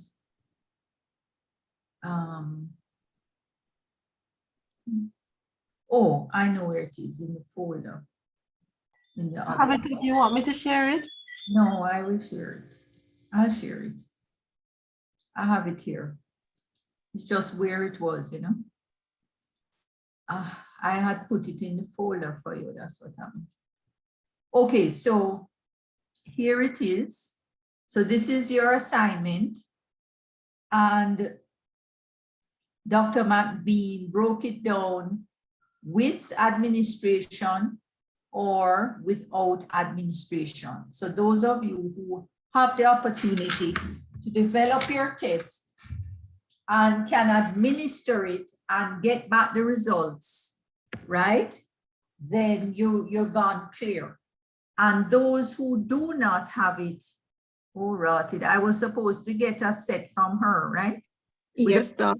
Yes, she said she would have a set to give me that we have used in the past from actual students. So I'm going to have to ask her for the set. Let me ask her for that set of test papers. So how many persons in the class do not have access to administering the test themselves? Session I doesn't. don't. How many persons? Jelaine Phoenix doesn't. I don't, sir. I don't, Doc. What kind No. of test will it be, Doc? It's Akeem as well, Doc. I see 1, 2, Tasha as well, Doc. 3, 4, 5 persons. I raised my hand, Doc, Tadisha. I see Javon. I see Sasha K. I see Tadisha. I see Sashane. I see Jelaine. I see Romar. I see Natisha. I see Tiffany, Latoya, Carlianne, Kimberly. That's a lot. All right, so that's about how many people in total? About half the class, Doc. Half? Almost half the class. All right. Would have been more fun to develop the test yourself, and you still have to develop a test. It's just that you won't be analyzing that test that you develop yourself. You'll be analyzing somebody else's test. You get where I'm going? So I'm going to have to get those test papers from her. Dr. Anderson? Question. Go ahead. I have a test from December 2020. Can I use the results? I have the test and the results still. Can I use that? I wonder if I should let you share it with everybody. Yes, what kind of test would it be? I'll allow you to use it. What kind of test? It was a multiple choice POB test for fourth formers, if I'm not mistaken. You can use it to analyze, of course, how many, you have enough test papers? You want at least 20 test papers. I have, I think, 30 odd. Okay, good. That's fantastic. Is it a test that the whole class could analyze? I'm wondering if we should just use it and done. That each, you know, each person can do their own analysis on. Would we be able to share it with everybody? Because it would come back. Yes, I can. As me asking Dr. McBean to share a set of test papers, it would come back to the same thing. And you said it's social studies? It's principles of business. POB. Oh, POB. I don't know if it would work for everybody. Might be better than this test because everybody is familiar with this course. Remember, no, course content is important, right? And an understanding of the concept. So when you're analyzing test items, that might be important. That might be important in analyzing. I get you. Huh? I understand. Because you should be able to relate to the particular test content. So the best one to use would be either each student using their subject area that they understand, or they use something from this course, because you have already gone through all the concepts that are important. You see what I'm saying? So, Doctor, Relate to question. them when you're analyzing the test item. What do you all think? So question, Doctor, are you saying that the papers that Dr. McBean is up It's based to on this share? class, on this It's- course. Oh, it's from this course, okay. Yeah, it's from this course. Old test papers. That's probably safer. It's old test papers. Yeah. So you said it's what? How many of you? Send it to everybody. Let me see if I can go again. Put up your hand again. Let me write down the names, please.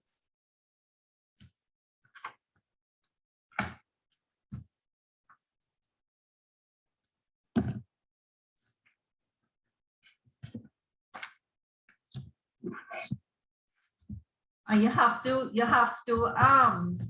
provide the evidence, you know, of the test papers as well, so that we can see that we can look at it to see, you know, if what you did there is in tandem with the actual test papers that you collected. So usually the students have to bring in the physical set of test papers, or upload them in a compressed file. Actually, yeah, yeah. You get where I'm going? Students? Following so far, Doc. Nobody answering me. Call out the names for me, Sasha. Let me write them down.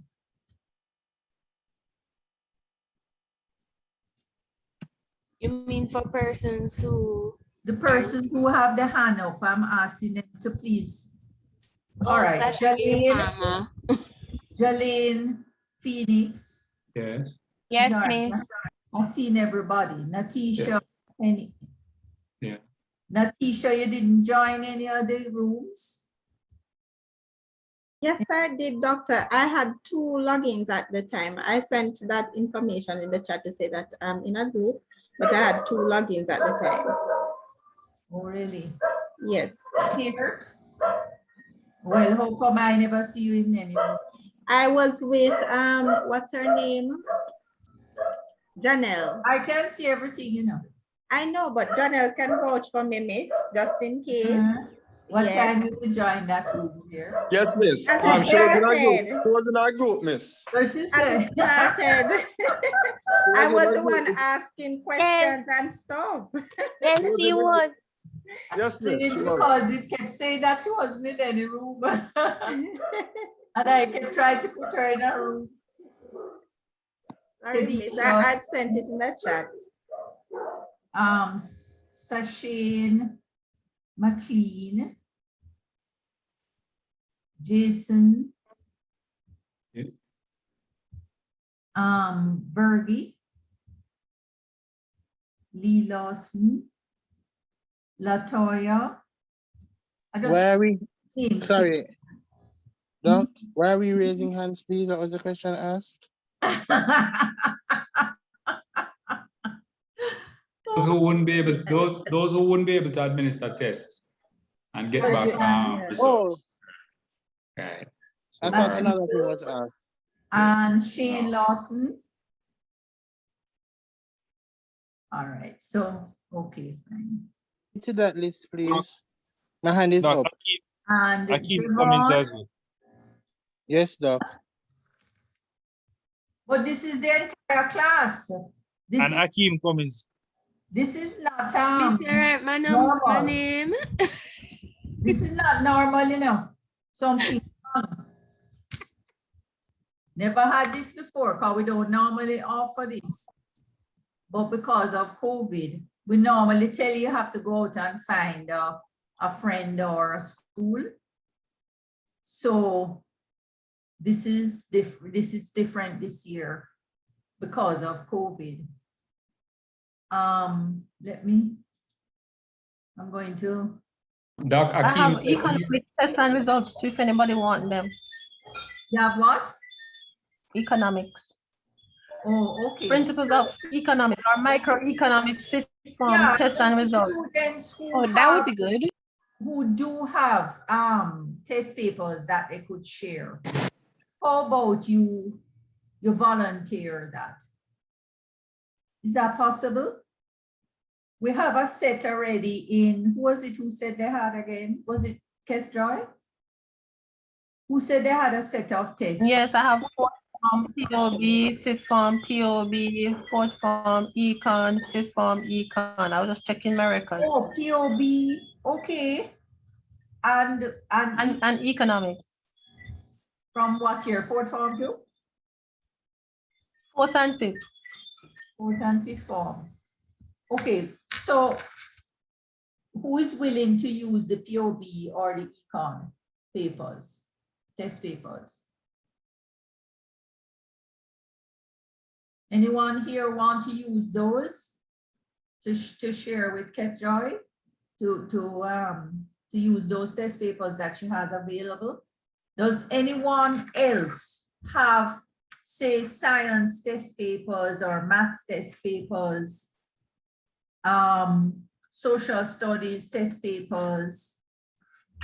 What else we need? Social studies, math, science, geography, English. Who had the rest of you? Nobody has a set that Doc, we can access? I'm thinking that probably we'll just need to check and then post in the WhatsApp group which test papers we have or which subjects we have test papers for, and have Yes. persons just select and say, I need this particular subject paper. Okay, we would really appreciate, I think that would be good. Especially if it's in the area, you know, the area where the student is doing their specialization, because it gives them a bit more practice and they can relate a little better. So when can we hear from you? By later tonight, miss. All right, We need good. to check. And then I will communicate with me directly, and then we will make a decision. So Jelaine, what specialization are you? I'm in math, miss. All right, Jelaine is math. Nakisha, quickly. Specialization. Natisha, maths. Maths. Yes. Okay. Tiffany. Science, biology. Science, biology in particular. Chrisanne. So we have biology. Chrisanne.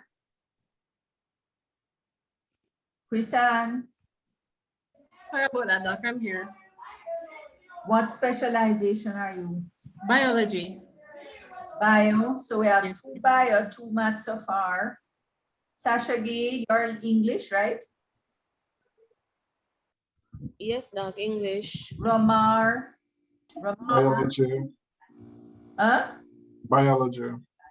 Bio. So we have 3 bio so far. Tedisha.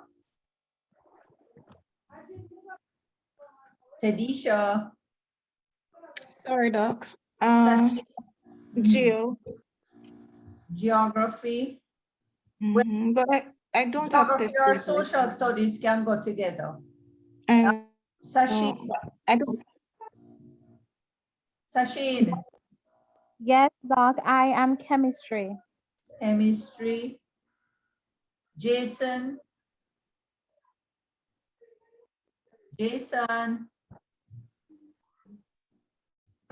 I think he's gone, you know. No, Doc. Math. Math. Sorry, I was typing something. Bergie. Yes, Miss, social studies and geo. Okay, social studies, geography, okay. Latoya. Latoya, Good night, social studies and geography. okay. Carlian. Carlian, Social studies and geography. okay. Shane. Shane, Maths. Maths, miss. Maths. okay. And Javon, Science, biology. biology.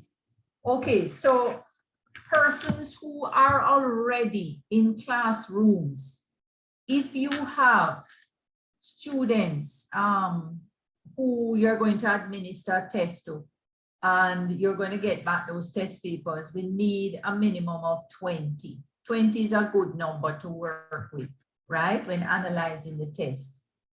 We want, if you're in math, science, and specifically call it biology or chemistry, English language, social studies or geography, please share with us. Can you please write an email to let me know by tomorrow morning? Because we need to get these as quickly as possible to your classmates. If it is that you're going to administer this week and you'll get the results this week, then just let us know. Everybody with me? Because I think it would be a lot more fun and more plausible because the test papers that we administer, we are assessment facilitators, teachers, so it might not be as interesting to analyze our tests as the regular tests out there that administer in the regular classroom. You get where I'm going? You get a better real life out there kind of experience if you go with that kind of that test that you can relate to within a regular classroom setting. So let me know by tonight, tomorrow, what it is that you could contribute, how you could contribute if you can, okay? I would really Excuse me. Mm-hmm. Excuse me, Doc. Yeah. Please add Akeem Cummings. Lord have mercy. Mm-hmm. Social studies. So another social studies. Yes, Doc. So, all right. Excuse me, Doc. What's that question? I'm going to go through this now. Go ahead with the question quickly. So it says in the statement, the test must be paper and pencil. So if it's an online form, that can't work, like an online form for the test, or it has to be like the physical papers. Paper online is also paper and pencil. It speaks to the method, not just the method of delivery, but how it's structured. It's a multiple choice test, right? So it's really about it's multiple choice test items that you're analyzing, a multiple choice test paper. So I don't think it matters if it's online. It's about the question items and the format. Mark you, it wouldn't be quite set up the same way as when you do the pencil and paper, you know how you usually set it up. So you'd have to pay more attention to say the STEM and the distractors and the choices that are there. I mean, always comment on the general formatting, but the greater focus would be on the quality of the test item itself, rather than the entire format of the test. You getting where I'm going? Yes, Doc, I do. All right. Yes, thank you for the. Yeah, because it's not the entire test that you are analyzing. You're analyzing test items. Okay. Understood.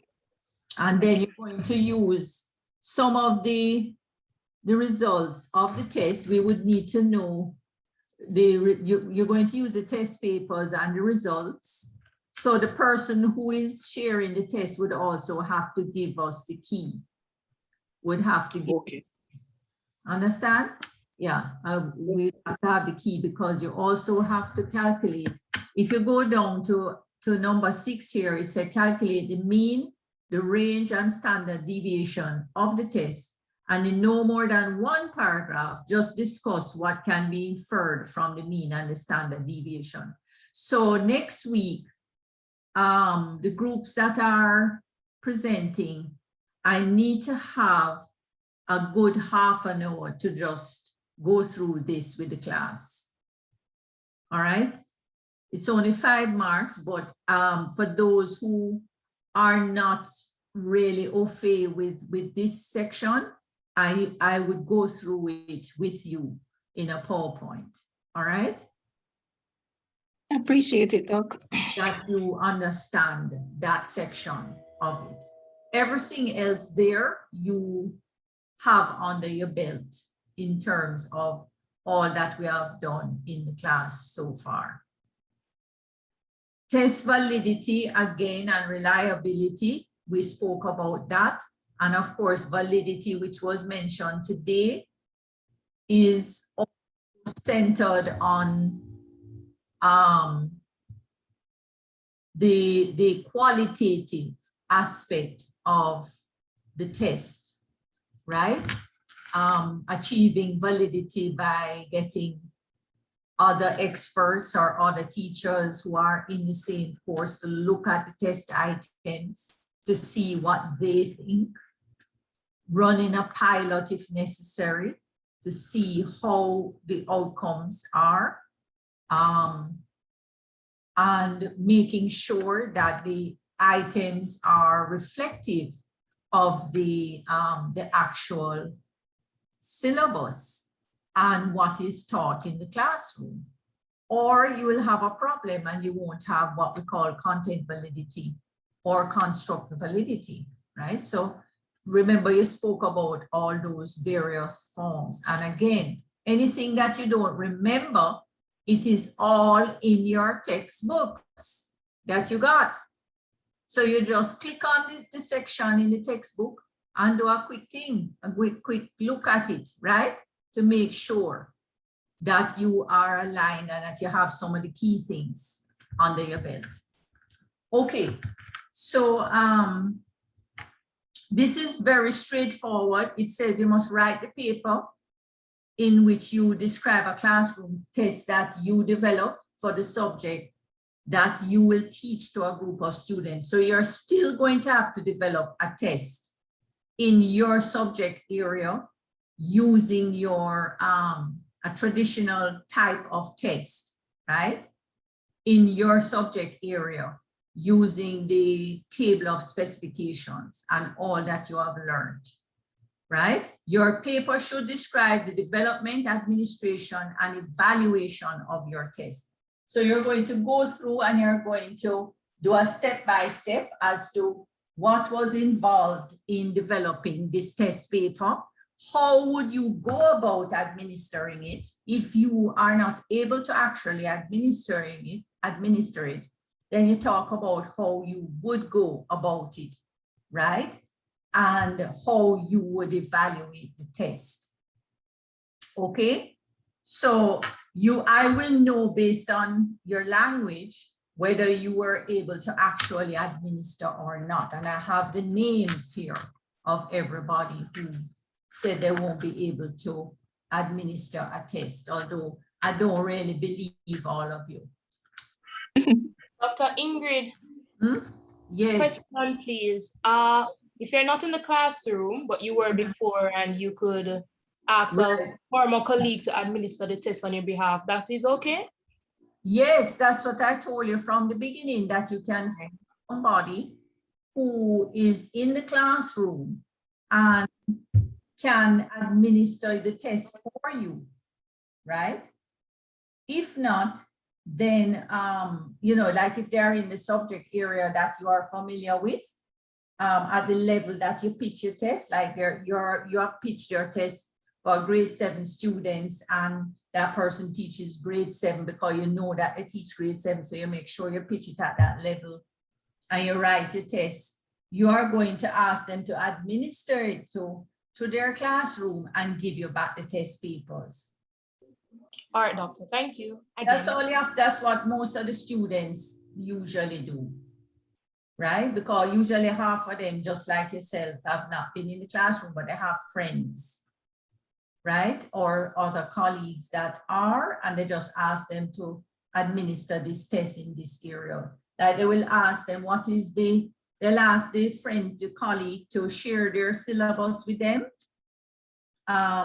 And the area that they're teaching on, the topic area, and they will develop the test around that, as long as you're able to relate to that particular subject area. You get where I'm going with this? So if you have that, then go for it. Many students, normally we don't give the option without administration, you know, it's just because of COVID. But normally we don't. We tell the student they have to actually go out and find somebody to administer the test for them, or ask a friend if they themselves can come in and administer the test to their classroom.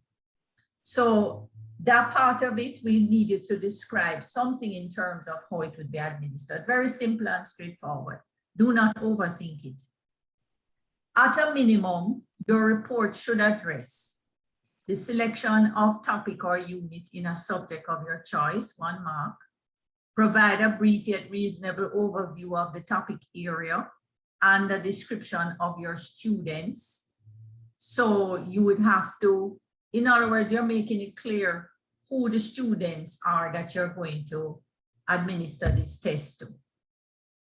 Even if you have to write up a test and you don't know, you don't get to administer it, but you still should have a notion of, say, what age group, what grade level, you know, what kind of subject area you're focused on and the topic area. So you just do your best with what you have, understand?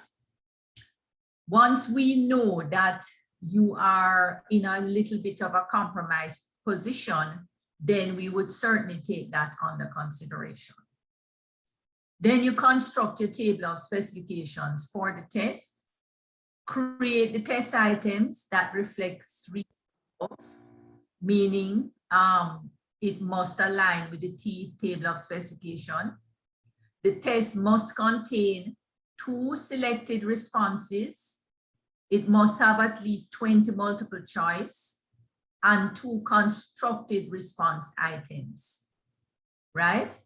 So what we really want here is multiple choice, 20 multiple choice must be in there, but of the 20, 2 must be selected response, contain 2 selected response, 2 selected type of responses. That's what it means. It don't mean 2 items.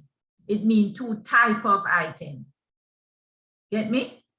And 2 constructed response items. Okay? And that's 12 marks. And remember now, the whole thing is based, this is so easy because you only have to use 2 types of selected response. Tell me 2 types. Quick. Fill in the blanks. Matching. Fill in the blank is not selected response. Sorry, matching and true and false. Matching true and false and MCQ. Right? So you want to have a choice in there. Okay. Then now you have 2 constructed response items must be in it as well, and at least 20 multiple choice. Create a table which includes the items aligned with the objective and the level of the taxonomy. Clearly justify your selected taxonomic level. All right. Create the mean, and I spoke about this one already. So this one is pretty straightforward, but we are going to just make sure that we go through this first thing next class. Then you do your complete item analysis of the test based on what we spoke about today. Provide a discussion of discrimination, difficulty, and the performance of the distractors of at least 10 of your multiple choice items. So if you had created a test with say 22 items, right, or 24 items on it, and you are to choose 10 of the multiple choice test items on the test, and you're going to analyze those 10 items. Understand? So you're not going to analyze all of the multiple choice. You're only going to analyze 10 of them. Discuss the overall validity of your test and how you would go about making your test reliable. So you make suggestions about how, based on what you have learned, right? And again, the same thing with the validity. Your paper must include an introduction to the development of classroom tests and an analytical conclusion. So with all of this, what it is saying is make sure that you have a little introduction section, right?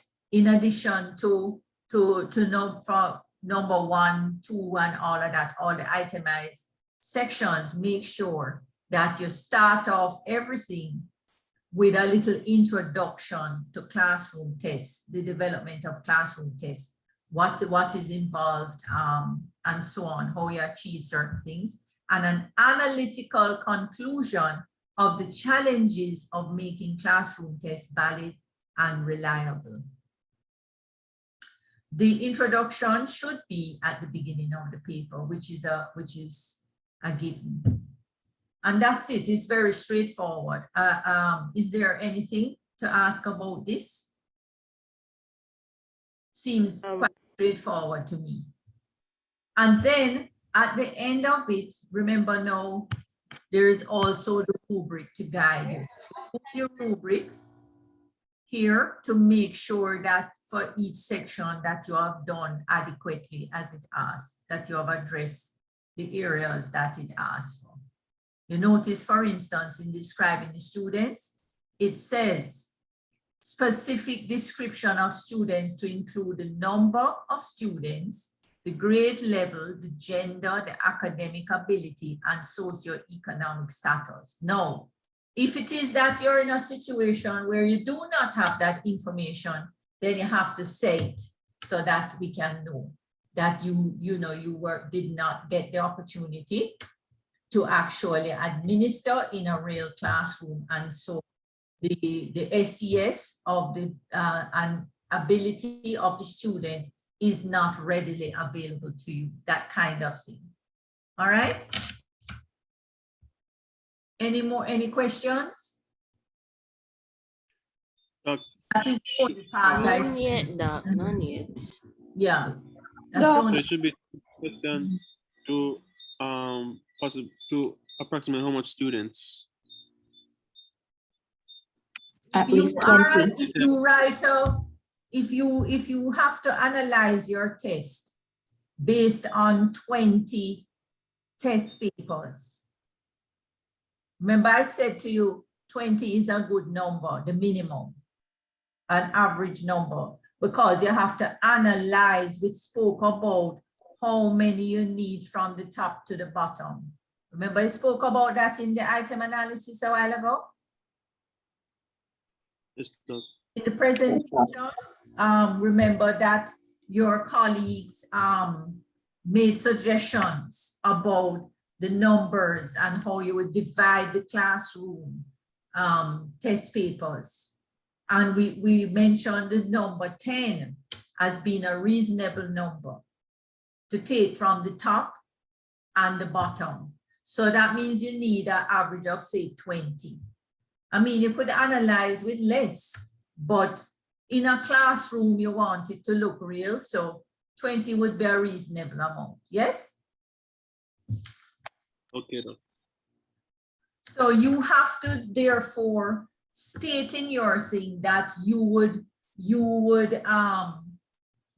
want to administer to at least 20 students thereabouts if you do not get the opportunity to actually administer the test, or if you don't know how many the person used, the colleague, you know, you need to find out from them how many they administer the test to. Any other questions? So yes, Doc, I have 2 questions. Bear with me, please. So for the questions that we're supposed to construct, it would be at least 22 questions that would be on the test. At least. It says minimum of 20 choice, and then it goes on to tell you how many. And 2 constructed. It said 2 constructed. And 2, yes. So that's Multiple why. choice, no, because it said 2. It says 2 different type of select items. That would be of. So if you have 20 minimum multiple choice and you have 2 item, multiple choice is 1. So a select item. Multiple choice is only 1 select item, you know. Okay, so at least multiple choice is not true and false. It's not it's not matching. Yes, Doc. So I just want confirmation. So you 22 would not do. So at least 25. You work it out now. You can work it out yourself. You don't need me to. Doc, I worked it out. I just wanted confirmation from you to make sure you that never worked it out. You came to me. Doc, I worked it out. Everything if you work it out, right? Yes, Doc, and I was incorrect. I worked it out. I worked it out, but I was incorrect. Everything I do, I take notes and I make notes of it. So I did work it out, but I was incorrect. You were incorrect. All right. So when you work it out, no. When you think about it. So 20. This is multiple choice. Multiple choice is a select item, right? Yes? Yes, correct.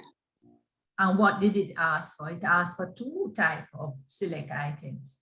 In bracket, minimum of 20 multiple choice. So what indicating to you is that that must be one of the select item, but they want at least 20 of that particular select item. But you still have to go do another type of select item. So to me, that would be the 20 multiple choice, then another type of select item, and how much it say? Don't it say 2 each? Isn't that what I saw? Let me go back up.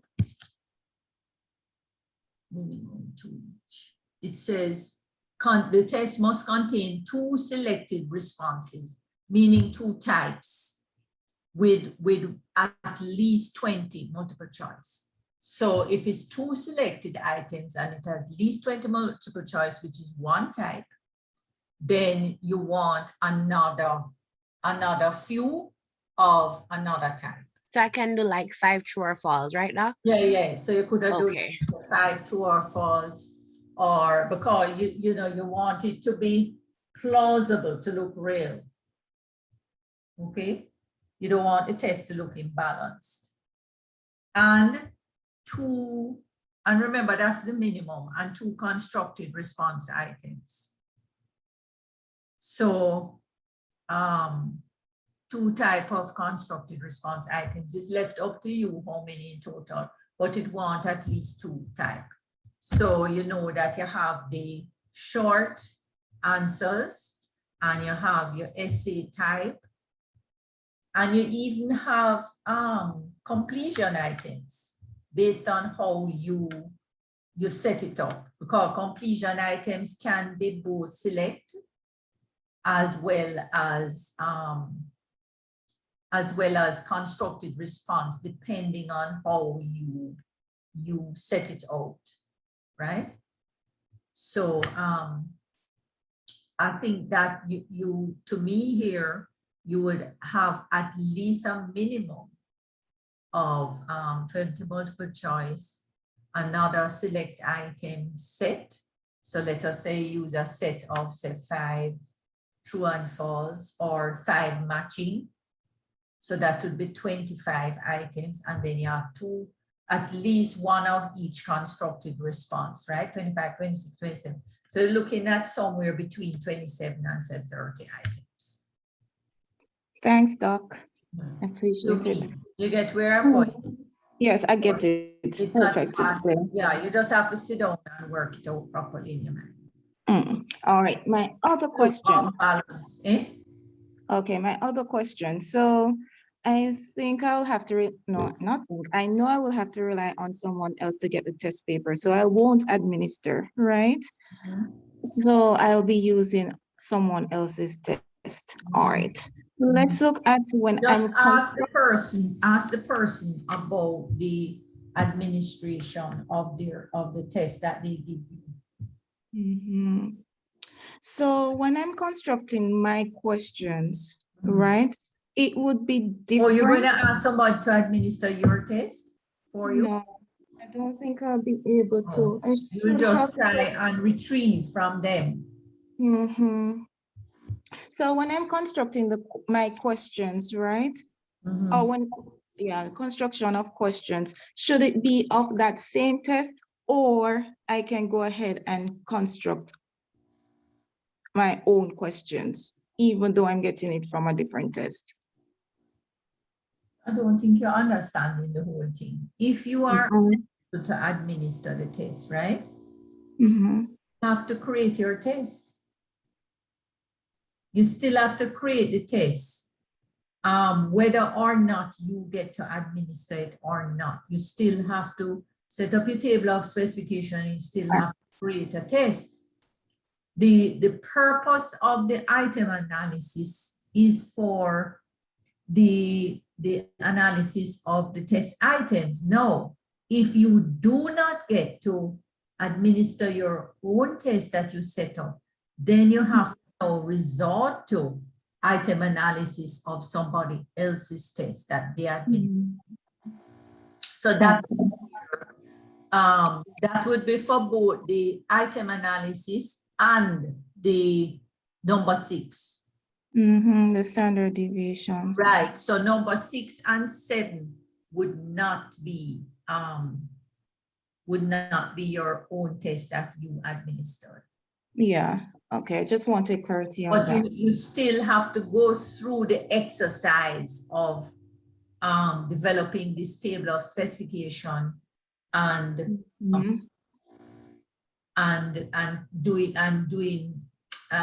producing your test items based on that. However, it's sad that you won't be able to administer the same test, unfortunately.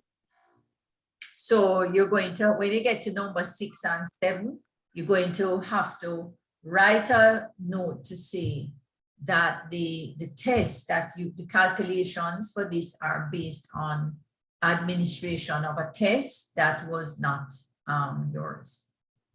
But you can still go through and calculate that person's test items, the mean, range, and so on, and what is inferred from it, and then do an item analysis of their test. And Miss, you said we had to attach the test on when we're submitting, right? Usually have to submit the evidence, which is the set of test papers. Normally the students bring them in an envelope and leave them at the office. But you would have to now scan them and upload them in a file. So I don't know how feasible that is for some of you. Question, Doc. As it pertains to this, if we are getting papers and results, because you originally mentioned results of tests from someone else, how would this go as it pertains to the school's protocol with giving out students test papers. The results are one thing, but the actual test papers, whether scanned or hard copy, is another.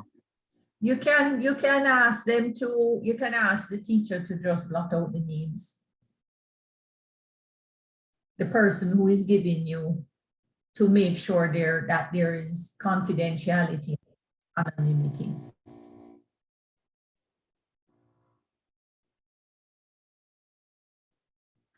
I don't think persons have any problem with it as long as names are not involved.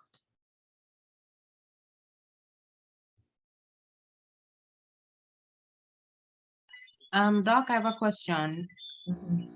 For us who are teaching online, the tests are administered online on Google Classroom, and we can download the results per student. So it's not collated, and so far I have not found an app that can merge PDF files. So would it be okay to download the results for each student and have it in a compressed zip folder that would submit to you? Yeah, that's what I had said before. The only problem is that, but the actual test paper would be there, right? Yes, that is the actual test paper. Okay, with the is questions it and possible to make responses. sure that anonymity is in place, like removing the students' names or blocking them out? There is an app, there are websites that you can use to actually blot out the names to edit the PDFs, so that could be done. Right, because we would need to do that. Okay. We would need to make sure that no names, even if it's your students, right? The mere fact that you're sharing it, it would be better to take off all the names. All right, Doc, will do. Thank you. You get what I'm saying? Even with your own students, you don't want to be sharing their names then out there. But if the test is if they're kept completely anonymous, then there is not usually any issue with that, because nobody knows who the students are, on the test papers. Is there another concern with that?